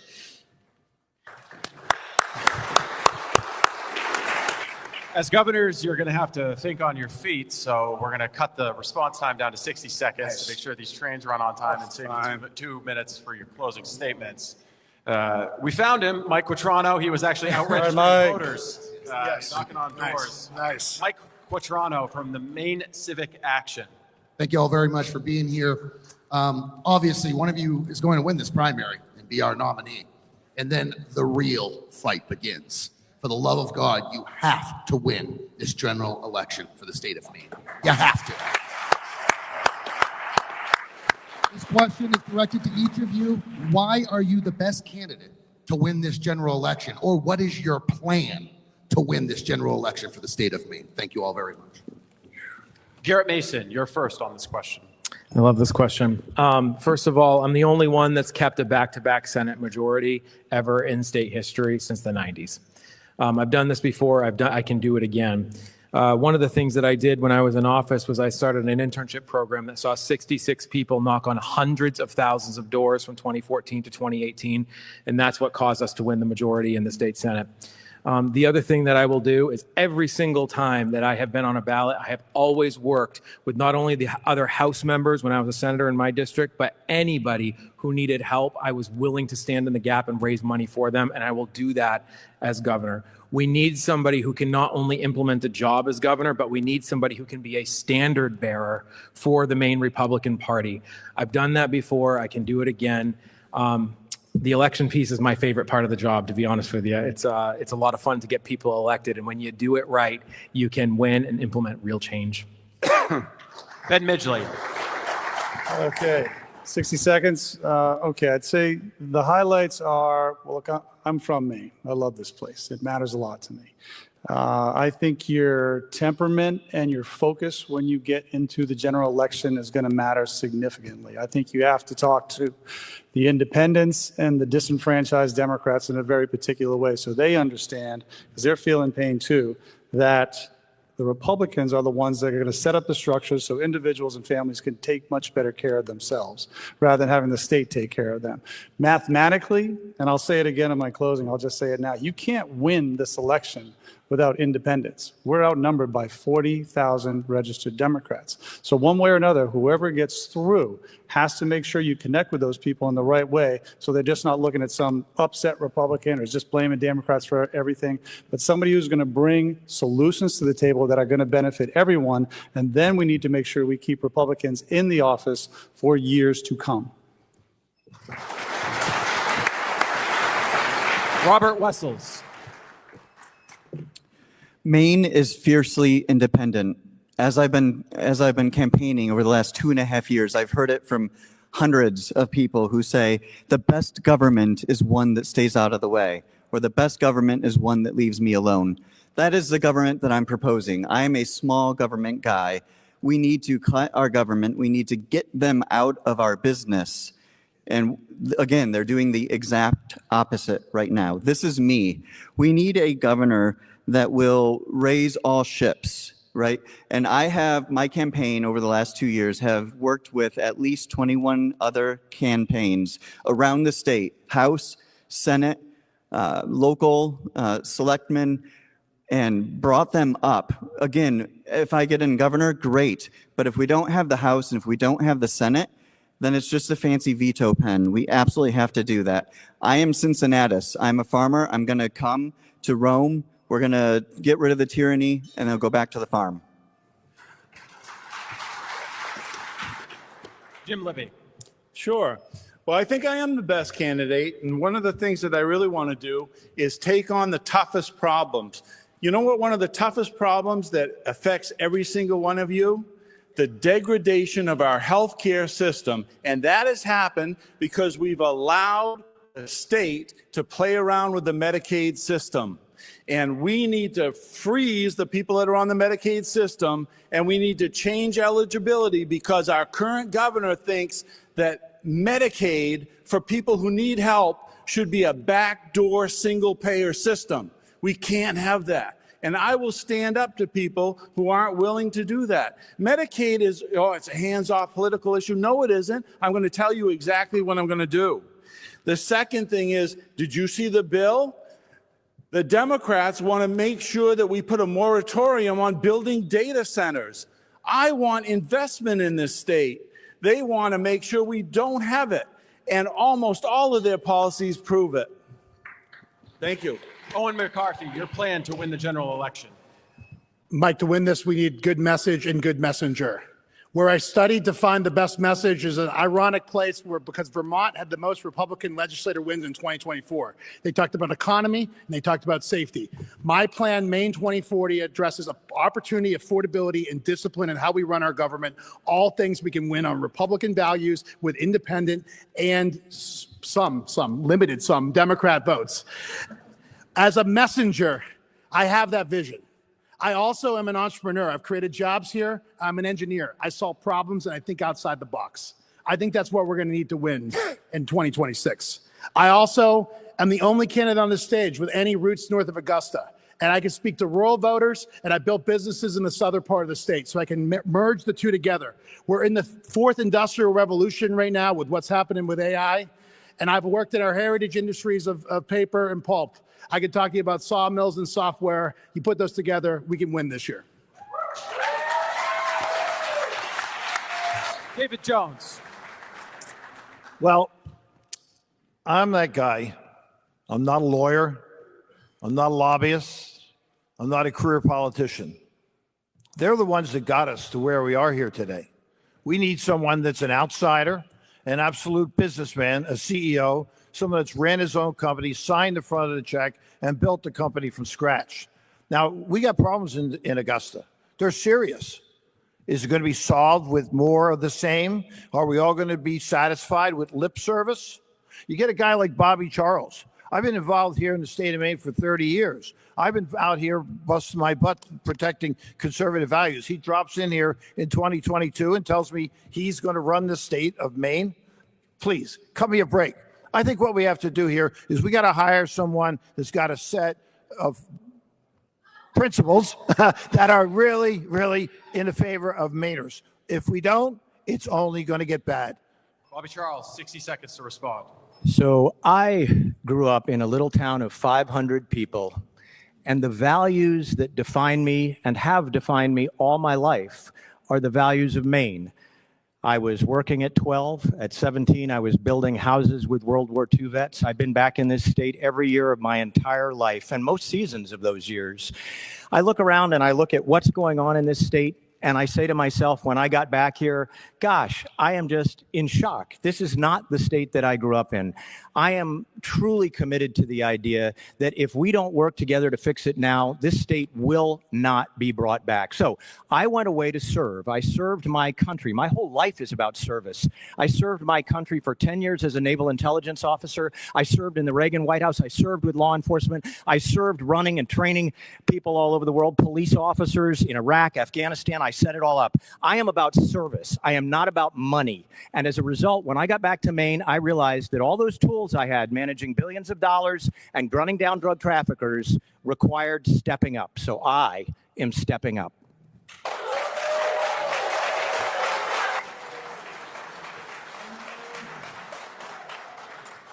Jonathan Bush, your plan to win. How are we going to win the general, right? Correct. We've lost 14,000 members of the Republican Party since 2014. But we have good news on our side, which is Mainers want to switch right now. The right track, wrong direction. They want to switch. All parties want to switch. So what's key is and when you ask them why, they say the economy. They say Augusta got too big, and I can't tell my kids that they're going to do even as well as me. There's not enough opportunity in this state, and we're being suffocated. So that's the playbook. If you want to bring a winning team to that strategy, you must bring an outsider who has successfully generated thousands of jobs for hundreds of businesses. I started a company in my basement.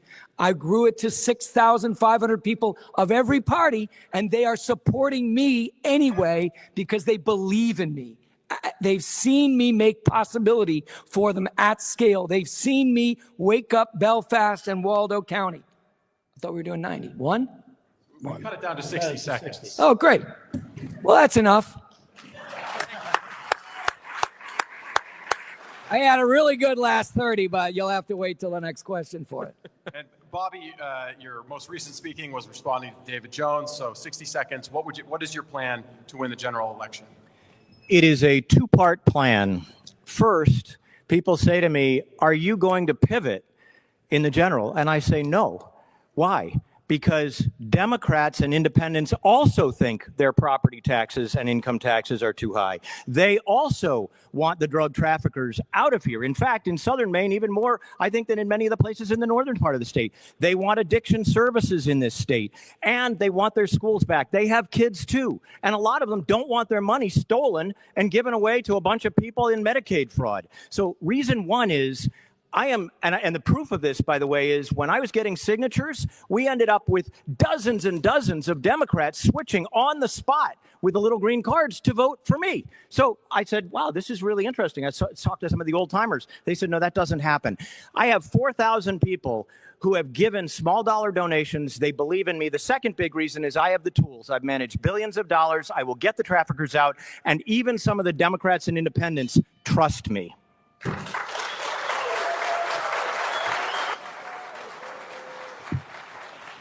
Our next question will come from Maine Policy Institute Board Chairman Scott Wellman. Thank you all for being here. It's been enlightening. Maine state budget has grown 77% in the last decade. Governor Janet Mills has proposed hundreds of millions of dollars in new spending in this legislative session alone, including a massive transfer of money from the Rainy Day Fund. Growth in spending is unprecedented, irresponsible, and unsustainable.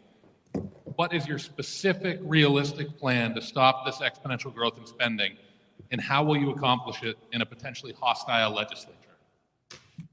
Ben Midgley, you're first. 60 seconds. Okay, so it took 200 years to get the state budget to $7 billion, and it only took 7 more years to get to $12 billion. That's your tax money every year going up. Right now, we have one of the highest tax states in the country, one of the lowest average incomes. The Democrats just bragged about having $250 million surplus in taxes. They stop you from getting conformity with national tax relief, and now they want to raise taxes. So it's all about tax. So we got to lower the taxes, and we've got to lower the spending. So day one, executive order, back to zero-based budgeting. Second executive order, no more no big contracts. You got a condensed budget in the state right now. It's 57 line items. Like I said, 80% is in 2 departments. Our Maine Care system, 30% of the people in the state are on Maine Care.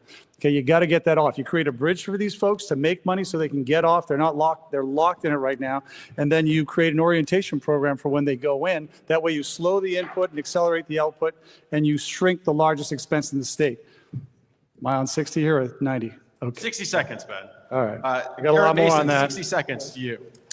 Yeah, so I've been part of budget negotiations for many years, and we passed the largest tax cut in state history with a split with Democrats, a 2/3 budget, which you don't even hear about anymore in Augusta. But we were able to pass the largest tax cut in state history under that very scenario, where we got Democrats to vote with us. But I think the biggest thing that you can do is you have to have somebody who understands how the budget process actually works. The next governor is going to get handed a budget from Janet Mills that's going to top $13 billion. And if you don't have the experience, you're not going to understand that while you're the candidate for governor, you have to be starting to work on your budget in August, because that's when they start building their budgets. With me, you will have somebody who's been there, done that, and can actually build a budget alongside of winning a campaign. That way we can get back to pre-2020 spending levels, reduce all the people who are on Medicaid, we can get our school funding under control, and actually be able to afford the budget we pass. David Jones. Give me that question again. What are you going to do to rein in spending? Well, let's start off right away with we got 1,500 jobs that are funded and unfulfilled. That's $200 million sitting in the bank. It's a slush fund for people to spend.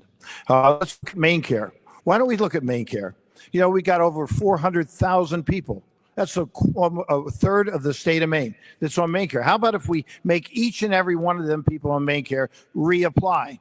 They need to reapply, and anyone who should not be getting it, especially non-citizens, is kicked off immediately. As soon as those applications come in, Mainers will benefit. I'm tired of Mainers being neglected. I've seen it. I've been traveling all over the state. the idea that Mainers cannot get the help that they truly need when we have non-citizens getting it.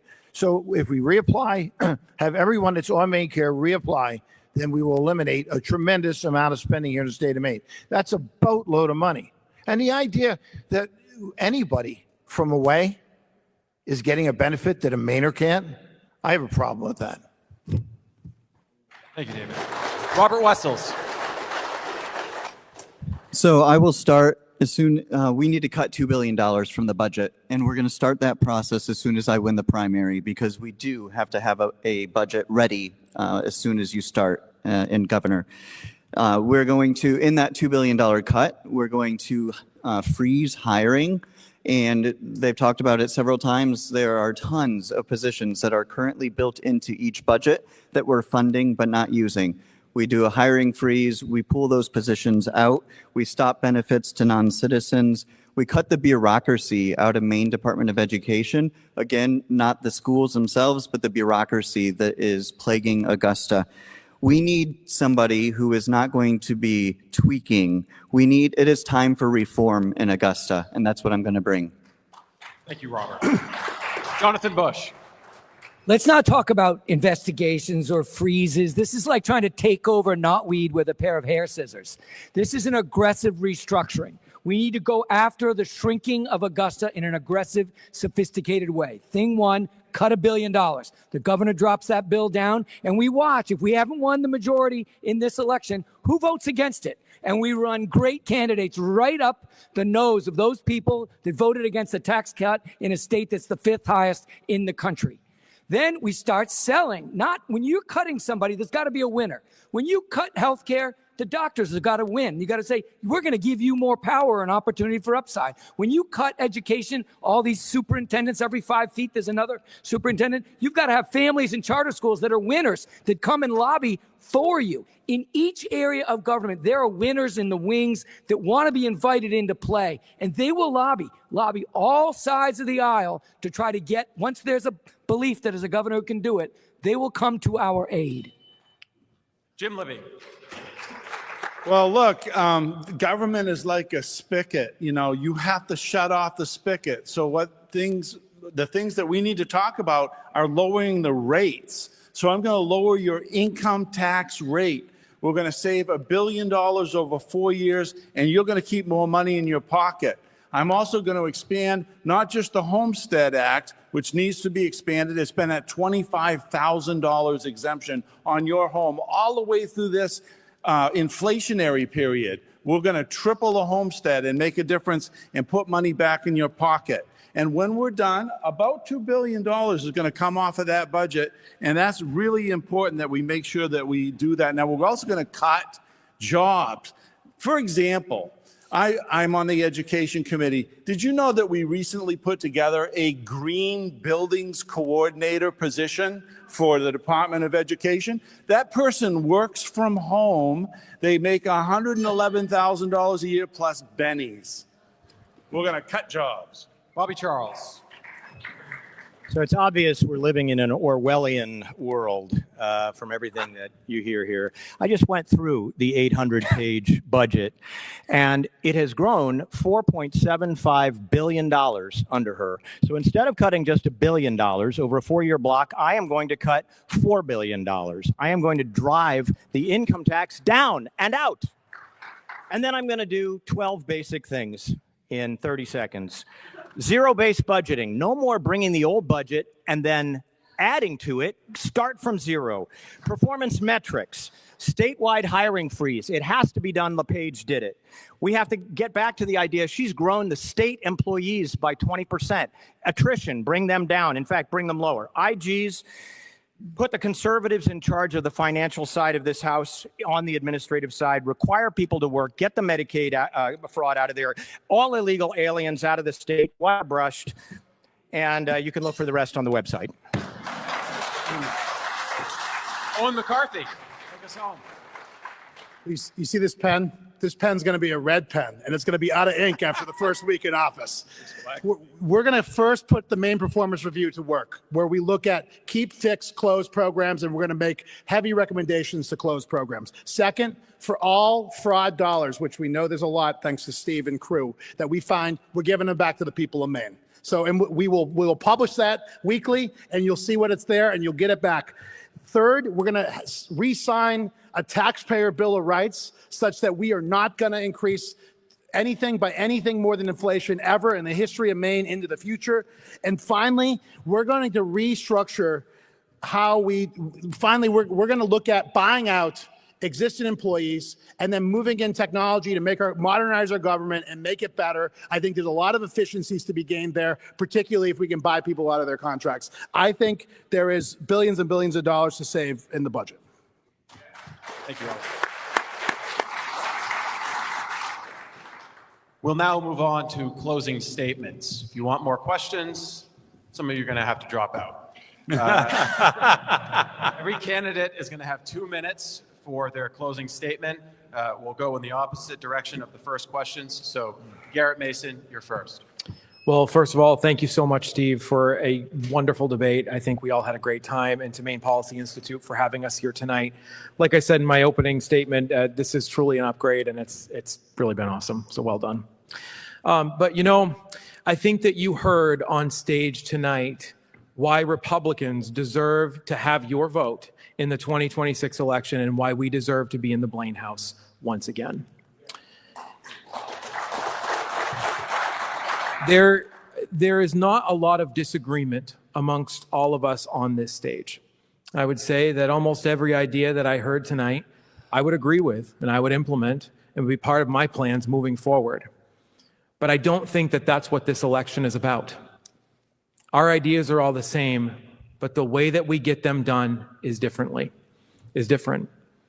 You see, I think that the next governor has to have the right blend of skills and experience to be able to get the job done, not only on day one, but far before that. I've been the benefactor of a really, really cool experiences in my life. I've been able to be a state senator, serve for 8 years. I've been able to run my own businesses, and I've been able to blend those experiences into something that really matters. Ladies and gentlemen, we don't have time for any on-the-job training when we get to the Blaine House in November. We don't have time to figure it out. We have to be ready to go right away. And so while I would vote for almost any man on this stage to be our governor because they would be far better than what the other side is offering, I believe that I am the right person for this time. I would appreciate your vote on June 9th. Please visit us at masonformaine.com, and thank you so much for having us tonight. Thank you, Garrett. Jonathan Bush. We have a problem. Maine is stuck. If you take out a little pocket of Portland, we've gone back 20 years with zero economic growth. And the worm is turning, it's poisoning us. It's making us not who we are. We are resilient, flexible, hilarious, hardworking, good-natured people who don't need much, but just permission to be that self that we are. We need a radical plan. We need to radically restructure, like a takeover. Go in, dramatically cut taxes so that we're in the playbook, then go through every agency and every span and layer and prune it back. Prune back every single one. I have built my life making systems work at scale. I started in my basement. I grew all the way up to 6,500 people and 840 other companies feeding through the same platform we built. I am uniquely able to do that. More importantly, probably, in the doing of that, I had the faith and belief in this great state to bring 1,000 jobs here, 954 jobs here. I went through the baloney of getting in here. I don't think I hired Bobby's lobbying firm or Garrett's lobbying firm, but we had to hire lobbying firms and lawyers to get through Maine's bureaucracy so that we could do what we wanted, which was grow Maine's economy by succeeding with the great Maine workforce and work ethic. I believe that's what we need, not just to win. We need to put a guy up who has run things at scale, but who's an outsider to the mess we have and to the lobbying game.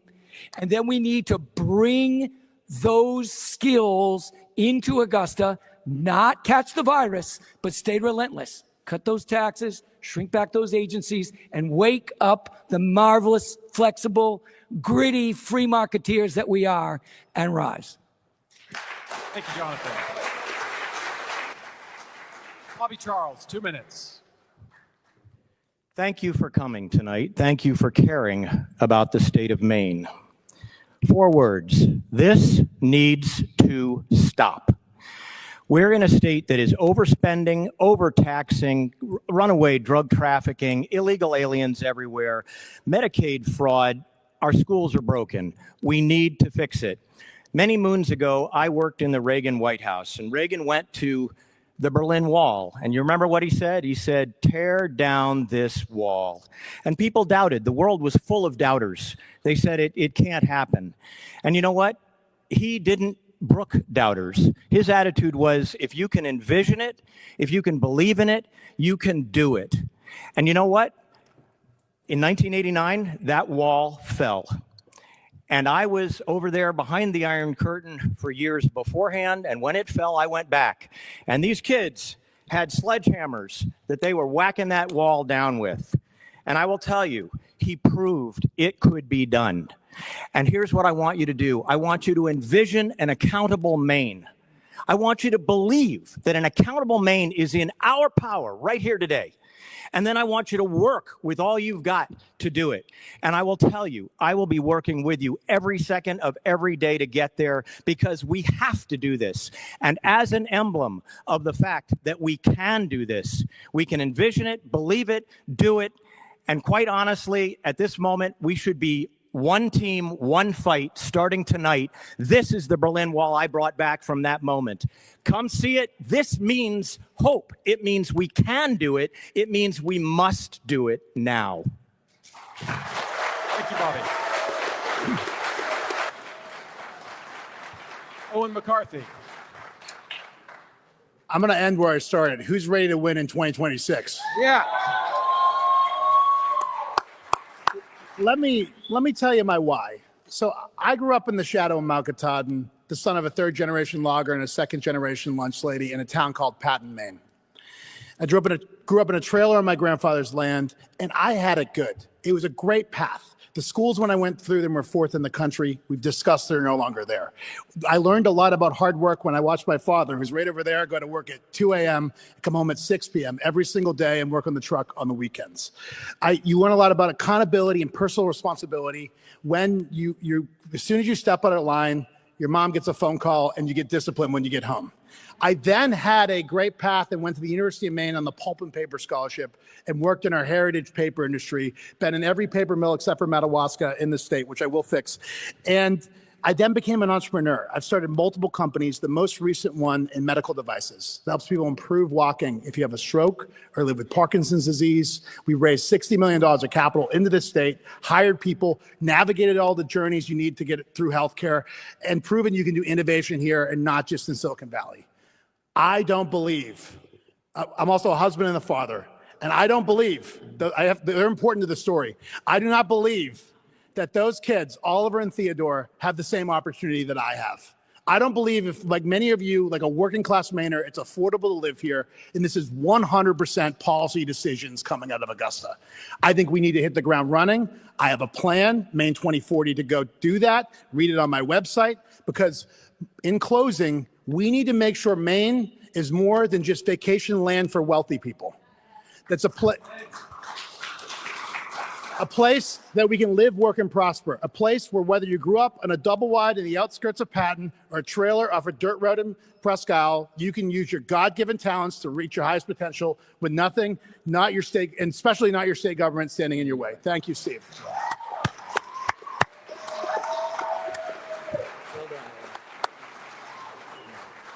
The applause line's in the middle of your statement. It's a double-edged sword, man. I know, David I got to Jones. speak faster.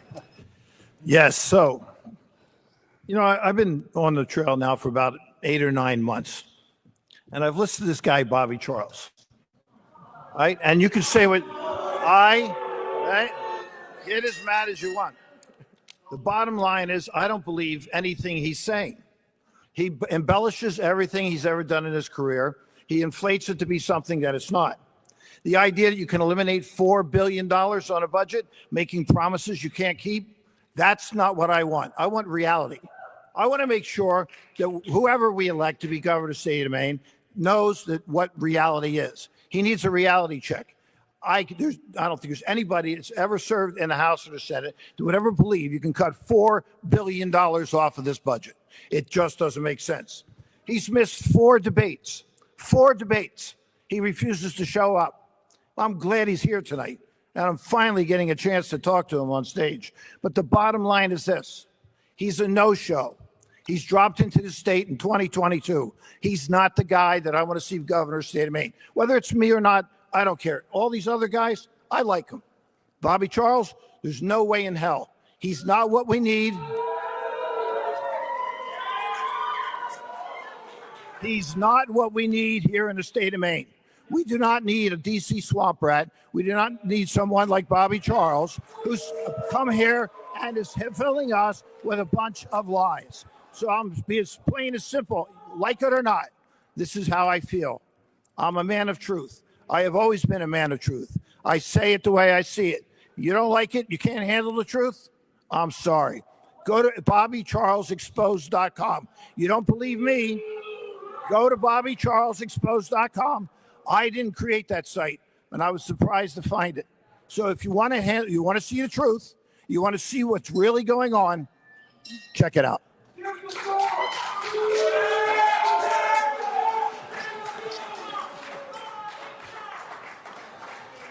Save that kind of fight for the closing statements. Come on.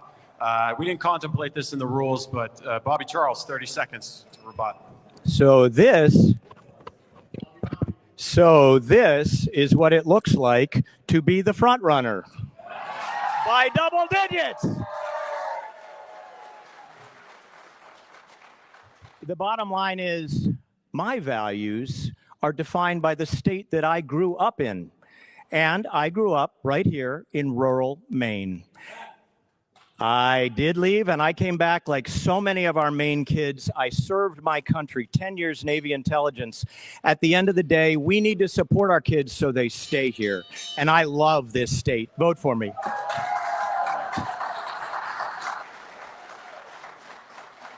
We'll return to closing statements. Ben Midgley, 2 minutes. Great to follow that. Okay.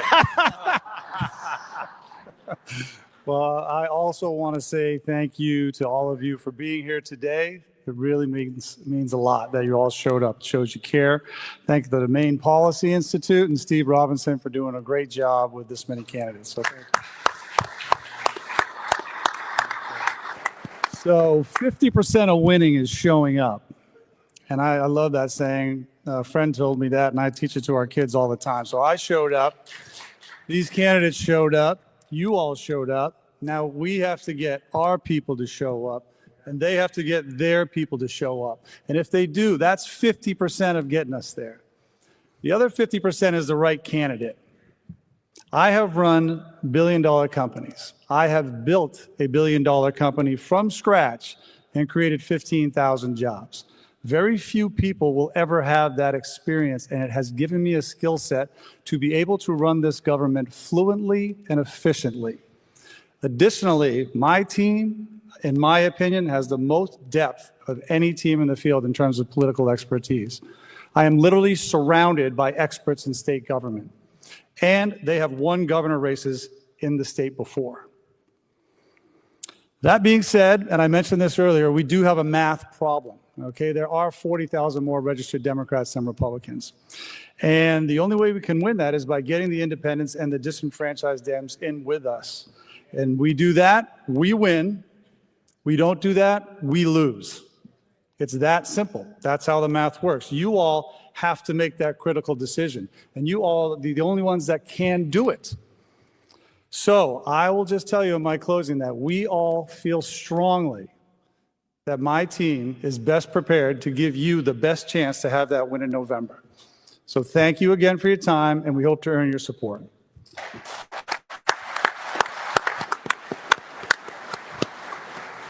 Jim Libby, your closing statement. Well, thank you, Stephen, and I appreciate it. I credit my success to family, faith, and ability, and I have no idea why I've been so blessed to have such a great life. Everything I've ever tried, I've been able to complete, from a PhD to creating a graduate program at Thomas College, co-creating it with a friend of mine, Tom Edwards. And when I wanted to coach basketball, I coached it. When I wanted to coach women, I coached them. I was offended when we created this whole idea that men should play in women's sports. And thank you. And I took the time with the group of supporters that I have, who are all volunteers, because again, I'm running a clean elections campaign. And I said to them, go out there and collect some signatures and let's make sure we get that on the ballot. Why did I do that? Not only do I believe in that, but understand this. For 40 years, I've been watching the Democrats put things on the November ballot that would help them. And this year, we were able to put something on the November ballot that'll bring out the conservatives, the Republicans, and the independents who believe in us and know that we are right.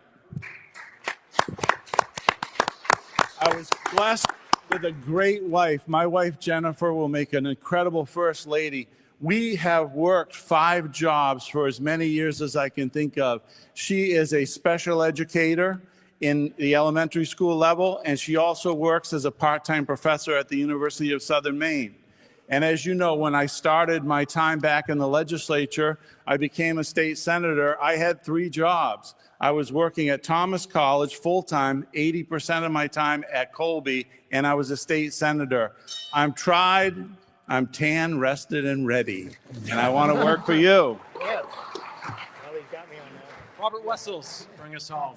All right, home stretch. Here we go, people. We need our next governor to be focused on education. We are failing our kids. We've homeschooled our 3 kids all the way through. They're 17, 19, and 21. That has been the best parenting decision that we've made, and we need to make it easy for the people of Maine to continue to do that. We need our next governor to be business focused. Again, we are failing businesses around the state. We are pushing them out of the state, as well as families, and we need somebody in the Blaine House who makes decisions that are business friendly. I am a Christian family man. We need somebody in the Blaine House with integrity and principles. They're seriously lacking right now. Yeah. I am a political outsider. This might be my greatest characteristic. We need a fresh perspective. We don't need somebody who's going to tweak. We need reform in Augusta. And I'm a team player. Again, I said it earlier, but it's really critical. We need the person who is running for governor to bring everybody else around from the state. That includes all of the Republicans, but that also includes the independents. Okay, we need to win the House. We need to win the Senate. If any one of us gets governor, but we don't have the House and Senate, we're not going where we need to go. And lastly, we need you. We need each one of you. There's hundreds of people here tonight. Thank you for showing up. It's exciting, it's energizing, but we need you to take that energy and to go out and to win elections. We need you to go door to door. We need you to send texts, to do calls, to get your friends, your neighbors, people in church, family. We need you to motivate your circle of influence to win in November. Go to voterobertwessels.com to learn more. Thank you.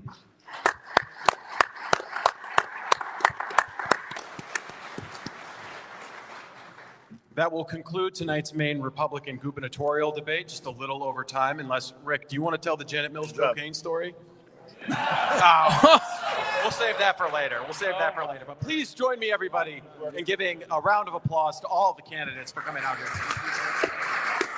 Nice job, Gage.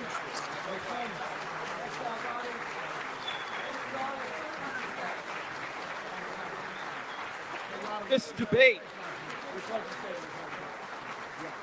This debate will be available to rewatch at themainewire.com and on all the Maine Wire's social pages. Thank you to our sponsor for the stream tonight, JT Reed's Gun Shop in Auburn, the official gun supplier of the indispensable John Featherston. Thank you to all the Maine Wire readers, listeners, and subscribers who came out tonight or joined our live stream. Thank you to Matt Gagne, Heather Noyes, and the rest of the team at the Maine Policy Institute for organizing tonight's debate. For viewers at home, the stream continues on the post show. But for everyone here at the Cross Center, please assist us in clearing the event space quickly by bringing your post-debate conversations to the lobby or parking lot. Thank you very much.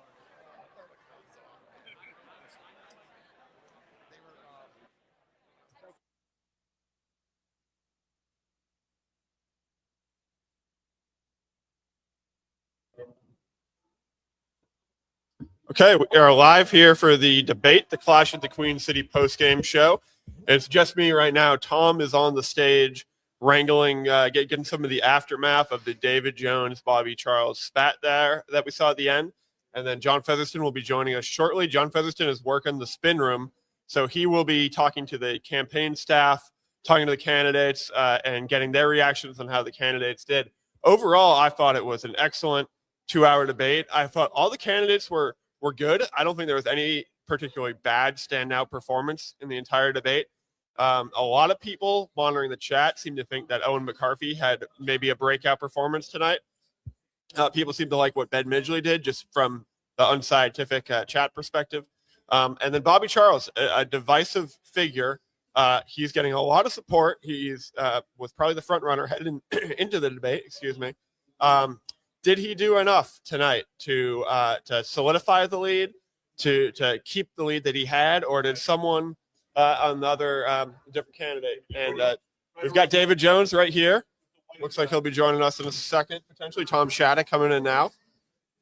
You're live, gentlemen. Right here. All right. So live in the spin room with Tom Shattuck and David Jones. After the 2-hour debate, David, how do you think it went? Well, I think it went great. Finally, I've been waiting for that guy to be on stage with me. He just ducks every single, debate we have. He's missed 4. And I just think, people got to know.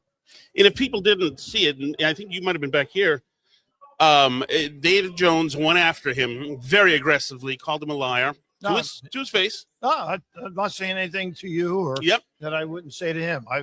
Listen, I'm a patient guy. But when it comes right down to it, I like to tell the truth. I've raised my kids to tell the truth. I run my business on truth. And when I see this guy going and embellishing every single thing he ever did, I just get to a point where, that's right. Thank you very much. I love it. I see. And when people can't handle the truth, that's what you have. The bottom line. So what put you over the edge? Well, look, John, you and I have been on the trail and he's Sure. talking about Lewiston.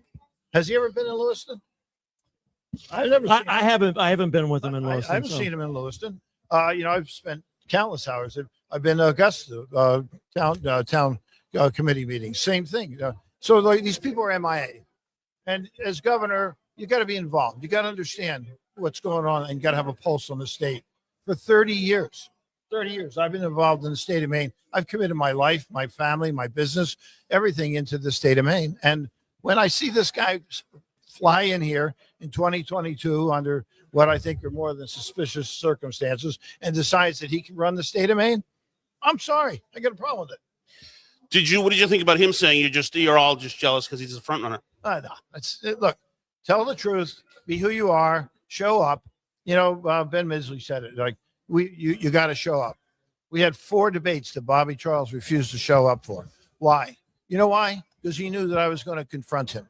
That's the bottom line. Okay. So do you think that the voters in that room wanted to see that? Because some of them were ticked off. There's no doubt about that. No, sure. And you said it in there. In case you guys don't remember, weren't watching live. You said it in there. You don't really care if they're ticked off. You're going to say what you want to say. Listen, no, here's the way I feel about it. No political consultant would tell you to be doing that. I don't care. Look, I started this campaign because I wanted to be the next governor of Maine because I believe I have the skill sets to do it. Yep. And when you got people up there that are running their jaw and making promises, what put me over the top tonight was when he said he was going to cut $4 billion. Look, I'm a numbers guy. Numbers don't lie. People do. The idea that you can cut $4 billion in 4 years, I'm sorry. Not possible. Not buying it. Is anybody else on your shit list, or is it just one Well, one I don't know competitor? if you call it a shit list. I like all these guys. And whether I'm the governor or not, I told my wife when I decided to run that if I win, fine. If I don't, fine. But, one thing I will tell you, I will not lie. I will always tell the truth. I will always have the backs of the people of the state of Maine. That's what I care about. I'm not going to sit there and, try and be something that I'm not. And so, they're all good guys. I mean, some more qualified than others, but, I'm an outsider. I'm a businessman. I'm a guy that's always signed in front of the check. I'm a guy that I made my life. I've done pretty darn good in life, only because I worked hard. I worked very hard to be who I am. And so nothing came easy. I wasn't given anything on a silver platter. And, I want people in Maine to understand that what I want to be is the opportunity governor. I want them to realize the opportunity that David Jones had when he was a kid that made me what I am today. Well, you certainly got a message across tonight. It made for a very good video, among other things. David Jones, thank you so much. Well, thank you very much. Appreciate you having me. Thank you. Good to see you. Right, so that is David Jones. Garrett Mason is over there. If he wants to pop on here. Come have a seat, please. You can right here if you want in the red. Hey guys. How are you? Good. How'd it go? Do you want to call anybody a liar to their face? Not today. Maybe later. But no, it was. We had a great time. I'm so thankful for this forum because, as somebody who's done this before, like I said on stage, I mean, this is how you communicate to people in today's world. I mean, having a production at this level, what you guys are doing right now, is so important for the future of the party. And I'm just so thrilled that you're doing it. So well done to you guys. Well, thank you. One of the things I thought that you said that sets you apart from everybody else is that the budgeting process, the governing, has to start now. Yeah. Even though none of you are governor yet. That's right. Explain to people in case they missed it, the nuance of that. Yeah, so what happens, and this happened to Paul LePage when he came into office, the previous governor starts building out their budget in August. And that's just a function of necessity. You have to do it because it's a huge budget, not just in numbers, but it's also just a huge budget because you're running an entire state. So that process starts out in August where commissioners start building out what they think that they want. The next Republican governor is going to have to be a candidate and also draft their next budget because if they don't, Janet Mills commissioners are going to hand you a $13 billion budget. And I can tell you, as somebody who has been there before and done that and, made suggestions for things that should be defunded or funded in budgets in the past, you have to start that process then. I can tell you, if I'm elected governor, there will not be a Janet Mills budget number 5. It will be a Garrett Mason budget because I've done it before. Gary, call me cynical, and I'm newer to Maine politics, but would you foresee the Mills administration trying to hamstring the incoming administration? I mean, maybe there's always a possibility, but I could see that. I mean, if you don't have an experienced governor or experienced person going into that role, they could slide all kinds of things in there that you might not realize are there. And so that's why, my pitch is different. I'm not going to stand up there and say I've never been involved in government, all these things. I have been. I understand these things, and I know what has to happen well before you actually get elected. And I think that's what brings, power to my candidacy is like, I don't need to depend on anybody else. I don't need a team of people telling me how it works and what to do. I can do it right away. So what do you think happens after tonight? I mean, this is getting great views. It's gotten good publicity. I think, the candidates got to show who they are. What do you think? Does the race tighten up? Does somebody drop out going forward? What do you envision? Yeah, I think that it's, it's kind of a function of time. We're like less than, 3 months away now at this point. I think you'll start to see the field kind of bunch up. That's usually what happens in these elections. And so I anticipate that we're going to be on top of the pack. We feel really good on our fundraising. We feel really good. There's been tremendous outside support. And we've gotten great reviews on events like this. So I'm very happy with where we are. And I'm going to just continue to bring the message that we need experience. We don't have time for on-the-job training. We don't have time for anybody to figure it out. We got to be ready to go. and I'm ready to go.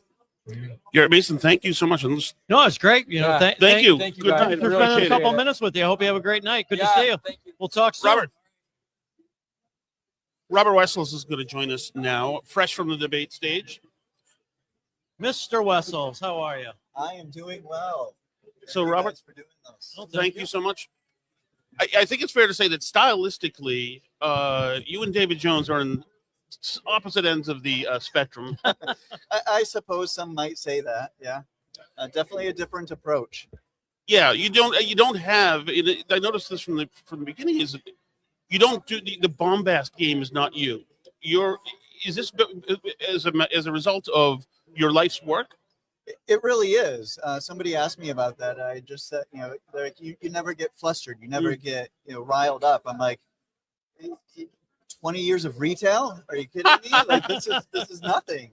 Yeah. So no, it absolutely is. It's something that you're just trained with. But the reality is, and I've heard this time and time again, right? Like they're like, oh, you're not a fighter. No, I'm a fighter.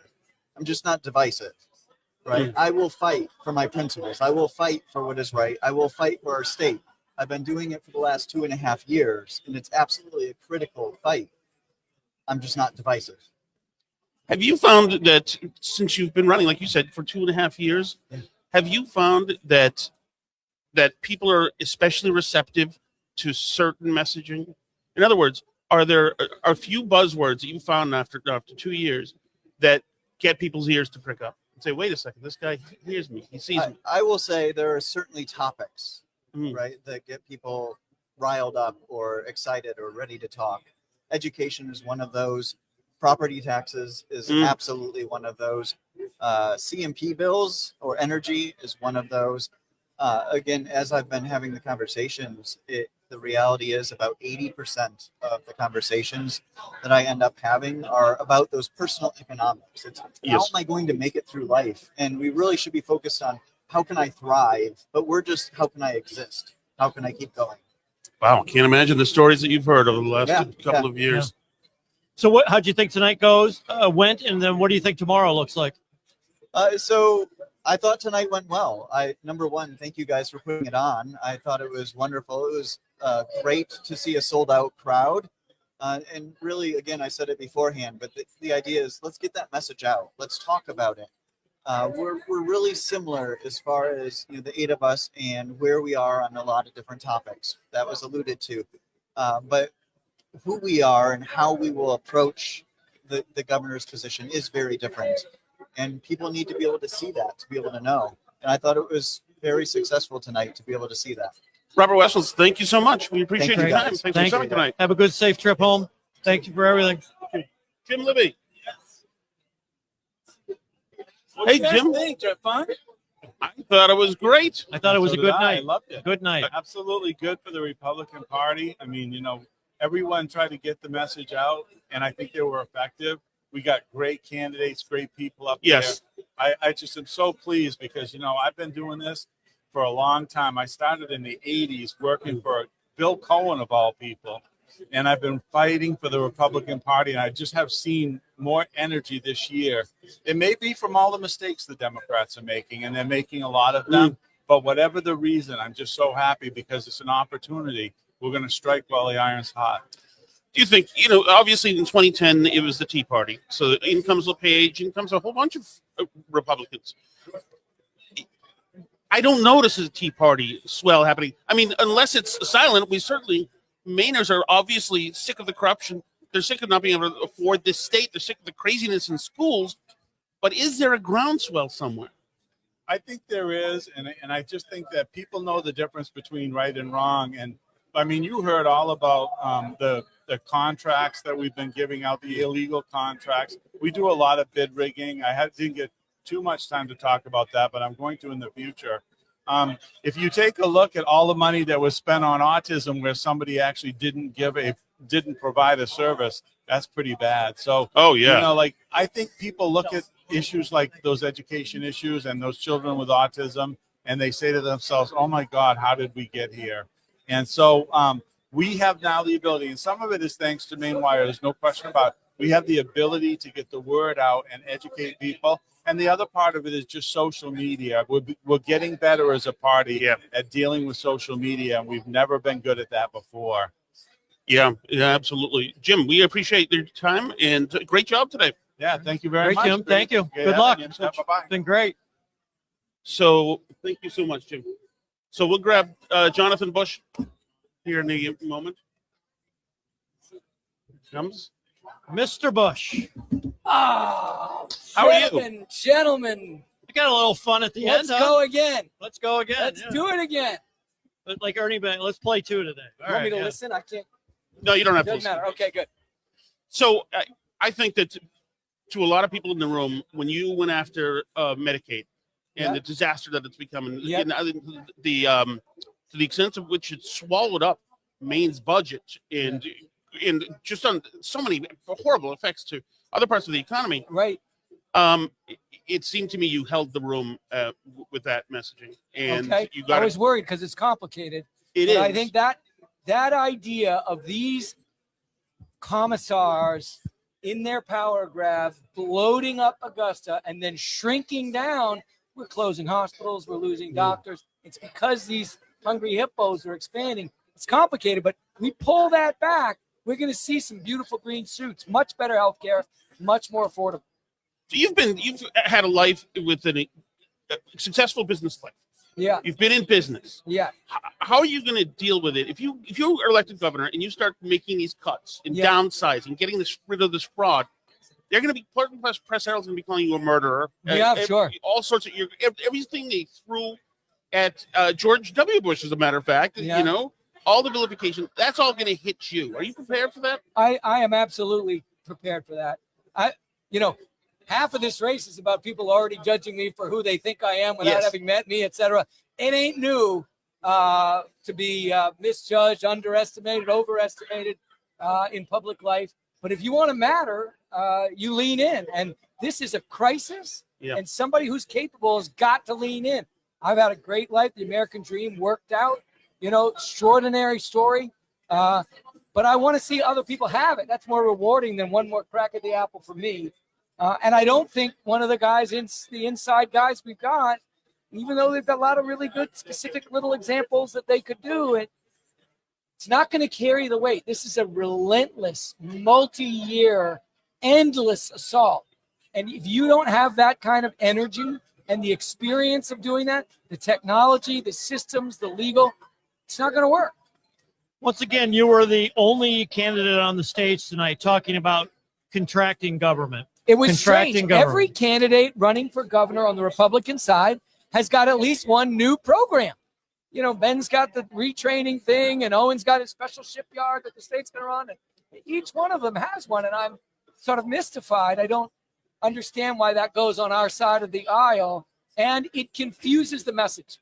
One of the things I learned about doing big things at scale is you've got to be narrow missioned, very specific, and then relentless. If you start letting the waters trickle over the dam, the whole thing comes apart. Yep. So this has got to be narrow, shrink Augusta, wake up the free market to occupy the space that we cleared for it, and let Mainers grow. So the most awkward time in the room for most people was the spat to your right and left. Yeah. But there were some noises when you went after Trump a little bit, or said he's a little odd, essentially, sometimes. How do you thread that needle? Because the MAGA people don't like that. Which? The MAGA people don't like it when you say something about Trump that seems like you're denigrating him. I mean, what I've said about Trump is, I was worried about some of his character issues, but the guy delivered on the border and delivered on DEI and delivered the beginning of what should be a restructuring. I don't think that's happened quite yet, and now we're overseas with something. But this is a guy who delivered. And I think part of that is that this is a guy who was an outsider with the ability to operate a business at scale. And I right now am, depending on how you look at the franchise business, Ben's, ran a lovely franchise business, and he's a lovely guy. But I had 6,500 direct employees serving 116,000 doctors. That's just on another level.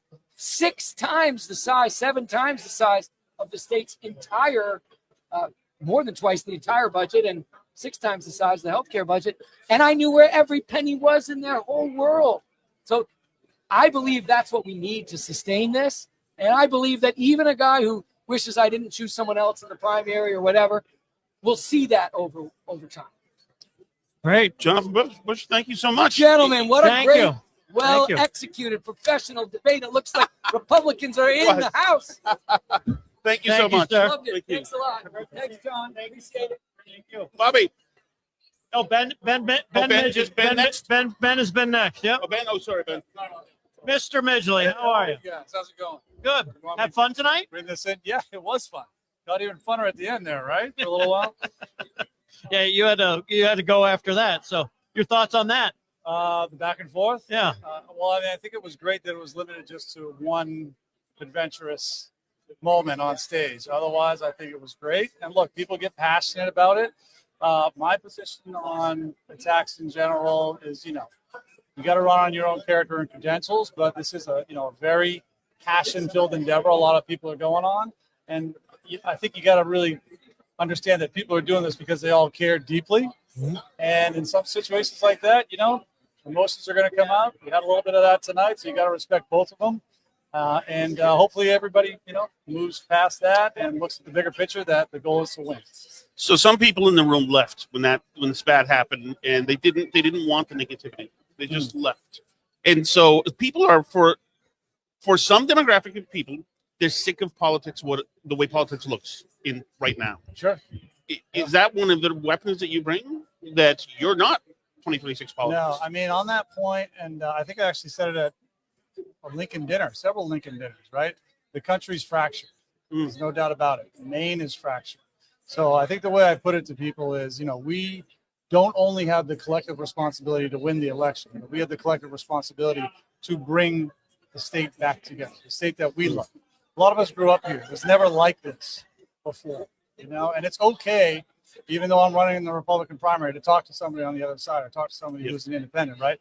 At the end of the day, we need to get people to understand that the goal of what we're trying to do is to just make it better for everybody in the state. Bottom line. You're not a career politician. You're a businessman. And, when I hear you speak, I hear, a manager, I hear a CEO. How is that going to make you a good governor? Yeah, well, I mean, I started my career cleaning machines in a gym in exchange for a membership. That's how I started, the very bottom. And I never graduated college. And I think what that did for me is, gave me kind of a chip on my shoulder that I have to learn things better than everybody else, because I didn't have that formal education, right, wrong, or indifferent. So with that in the background, then I grew up in the career a little bit. I ended up in some bad times. I ended up on unemployment food stamps. That gave me a distinct appreciation for not having anything, right, and the value of hard work. So that's how I dug in from there, and then obviously moved up in the industry and learned everything I could about business. So I think structurally, the advantage I have is, I mentioned it on stage, running $1 billion company, creating one from scratch, creating 15,000 jobs. I understand everything about large organizational structural management. And my team is just fantastically dialed, let's just say it, right? They're some of the most experienced people in the state, and they have won governor races before. So those two things together, very formidable. And then look, the governor's job is an executive job. You got 15 departments in the state with 5 to 10 sub-departments under each of them. You got over 14,000 employees, very complicated, financial issues. All the departments have to run efficiently and effectively, and you have to make them better. You need, CEO experience to do that. We're running out of time here, so great to see you. I think I had a good night. I think most people would say so. Thank you so much. All right, hey, thanks. Great guys. to All see right, you. Thank you. Thanks. I was trying to watch your faces. I won't serve you at the time. All right, Bobby Charles is over there. Mr. Charles. Okay, yeah. Hey, Bobby, nice Yes, to sir. see you. Am I close enough to this? You are perfect. That is fantastic. Thank you. It was a fun evening. I had a blast. If you want to know the truth, I think it was wonderful. So I went to the stage after the debate finished out, and pretty much everybody shook everybody's hand except for you and one other gentleman. Well, I got swamped, to be quite honest. I shook everybody's hand afterwards, but one by one except for one. Yes. One who probably didn't want to shake my hand. That's all right. But no, I was swamped by people, and I love it. I mean, look, Maine is punching energy into this. Republicans are really engaged at the moment, and I think this debate helped to make them even more engaged. And I'll tell you, it was fun for me. You prepare for these things. It's like preparing for a baseball game and then going out to play shortstop and getting a few balls hit at you, and you get to wrestle them down, and that's good. So I also feel like, and I hope other candidates feel this way, when I am out there on any stage or in any event, I feel like they're putting wind under my wings, even if they think I'm putting wind under their wings. If we do that, we will get voter turnout not only in June, but we'll get voter turnout in November, and we will win this thing. Well, it seems to me that in the general, if you were to get the nomination in the general, you wouldn't have the attacks that you went to Washington and abandoned Maine. If the likely Democratic frontrunner is the nominee, I don't think those work anymore. Yeah, look, I'm very proud of my business. I did classified and unclassified work for 25 years. I went away to serve my country. I served 10 years military intelligence, Navy intelligence specifically. I was serving for off and on 3 years in the Reagan White House. Newt Gingrich tapped me. I would have come home earlier, but I kept getting tapped to do things that were significant to the country. I am all about service. That is what defines me, not money, service. And I have nothing against money. If somebody goes out, that's their emotional reward. I'm all for it. Look, I'm a free market guy. But at the end of the day, this state needs people that are dedicated to service first. And that is why I'm here. I think that the pieces of the puzzle fit together. Billions of dollars managed, drug traffickers brought down, education reform, and going after fraud are the exact things that Maine right now needs. So if you'd asked me 3 years ago, am I going to be doing this? I'd say, no, not a chance. I'm waiting for Ronald Reagan to show up. I'm going to support him, and we're going to be good. But no, we don't have that. And so I do think, and I'm going to take this to faith for a moment, I do think you need to listen hard to what God is asking you to do. And I'm not saying God isn't asking other people to step up, but I feel like if you do what you are supposed to be doing, then you're doing the right thing. And I believe, just here's a little idea for you. I think we're all where God wants us right now and doing what we should be doing. As in, this is a meant moment. We are all here where we are meant to be. I do believe that this is the year that the state of Maine steps up and realizes that if we don't get it right now, we will never get another chance. And that's why I'm doing what I'm doing. Go ahead, John. No, I was just going to say, yeah, I can't disagree with that last statement. Tonight I think was a defining debate. I think it was, the pinnacle of the debate season. I mean, what do you think tomorrow looks like with candidates and the campaign and the message? Some people will probably end up dropping out or falling in behind, but I will tell you right now, what I said at the end is what I think and what I actually believe. One team, one fight starting tonight. And if for some reason someone else had prevailed in this debate and I was disappointed, which I was not, but at the end of the day, we have to be one team. And I'll put it to you this way. In high school, and only in high school, I played football.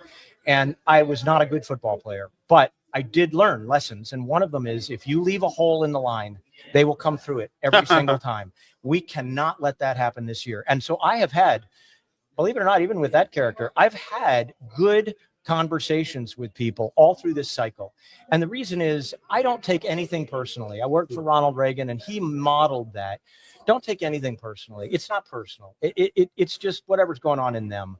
At the end of the day, we have to look at each other and say, we are a team of rivals. We're a powerful team of rivals. We might be the best team of rivals in the history of the Maine Republican Party running in one cycle. And we need to back each other up. We need to, and I've had conversations, great. I won't name them and I won't go into them, but great conversations with virtually all the other candidates. They all, I think in their heart of hearts, see the same thing.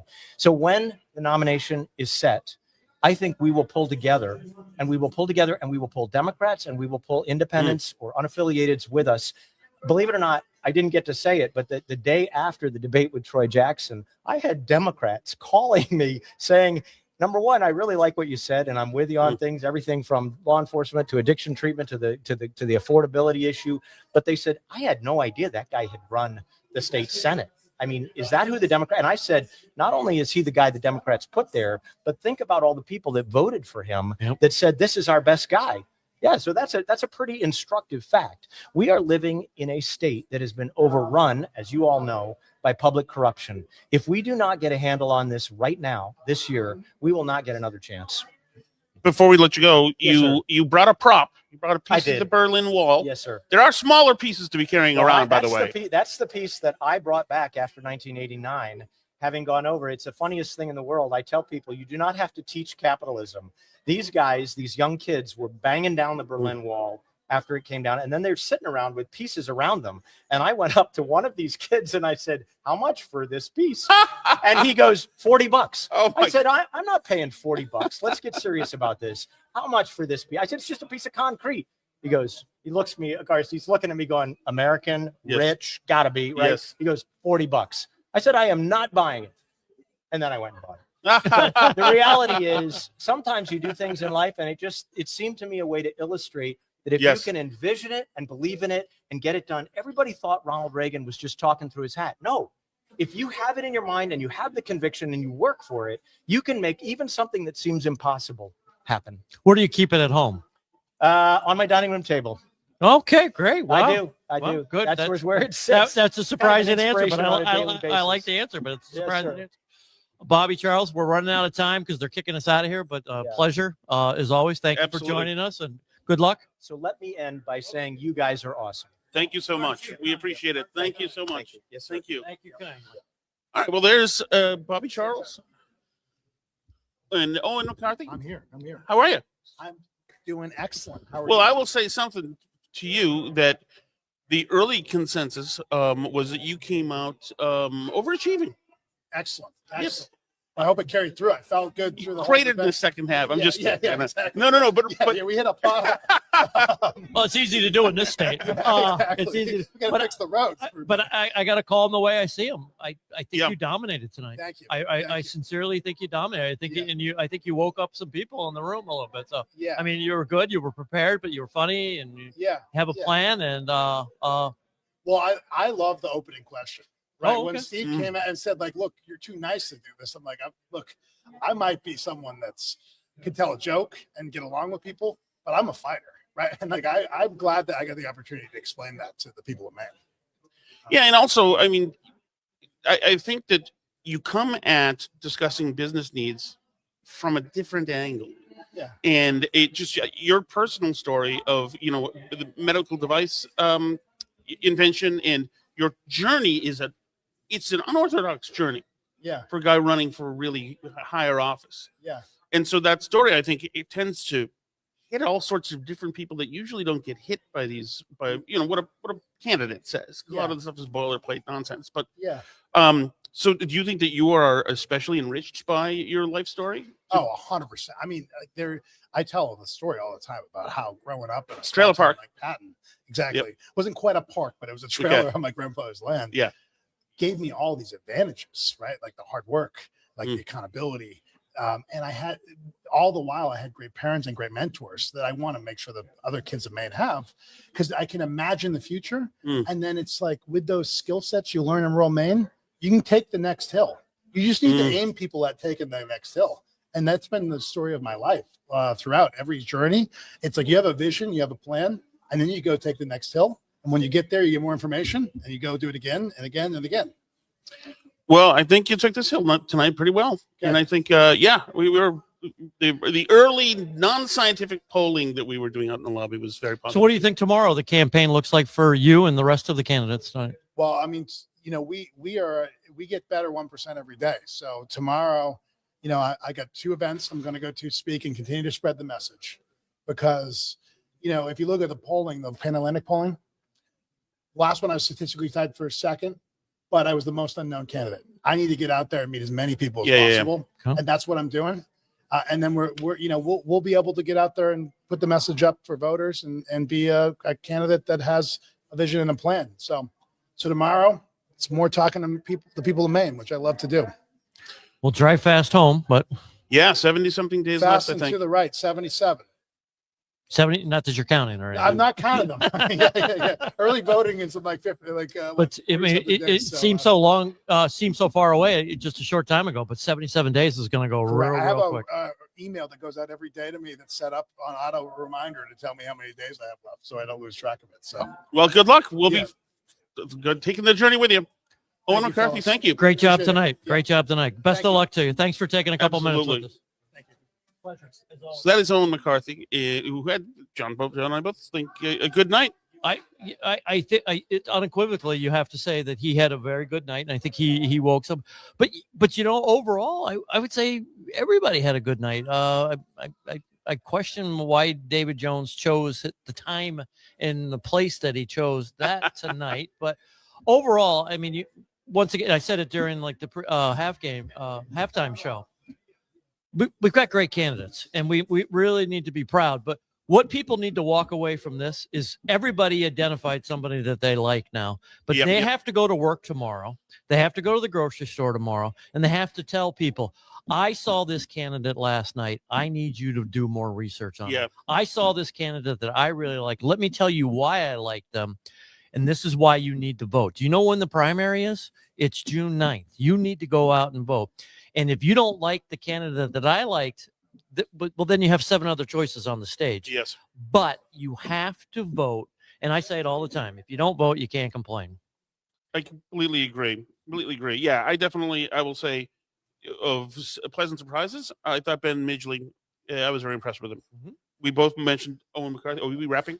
Oh, sorry. Is that the police? Oh, sorry. We're going. Oh, okay. Where are those pizzas?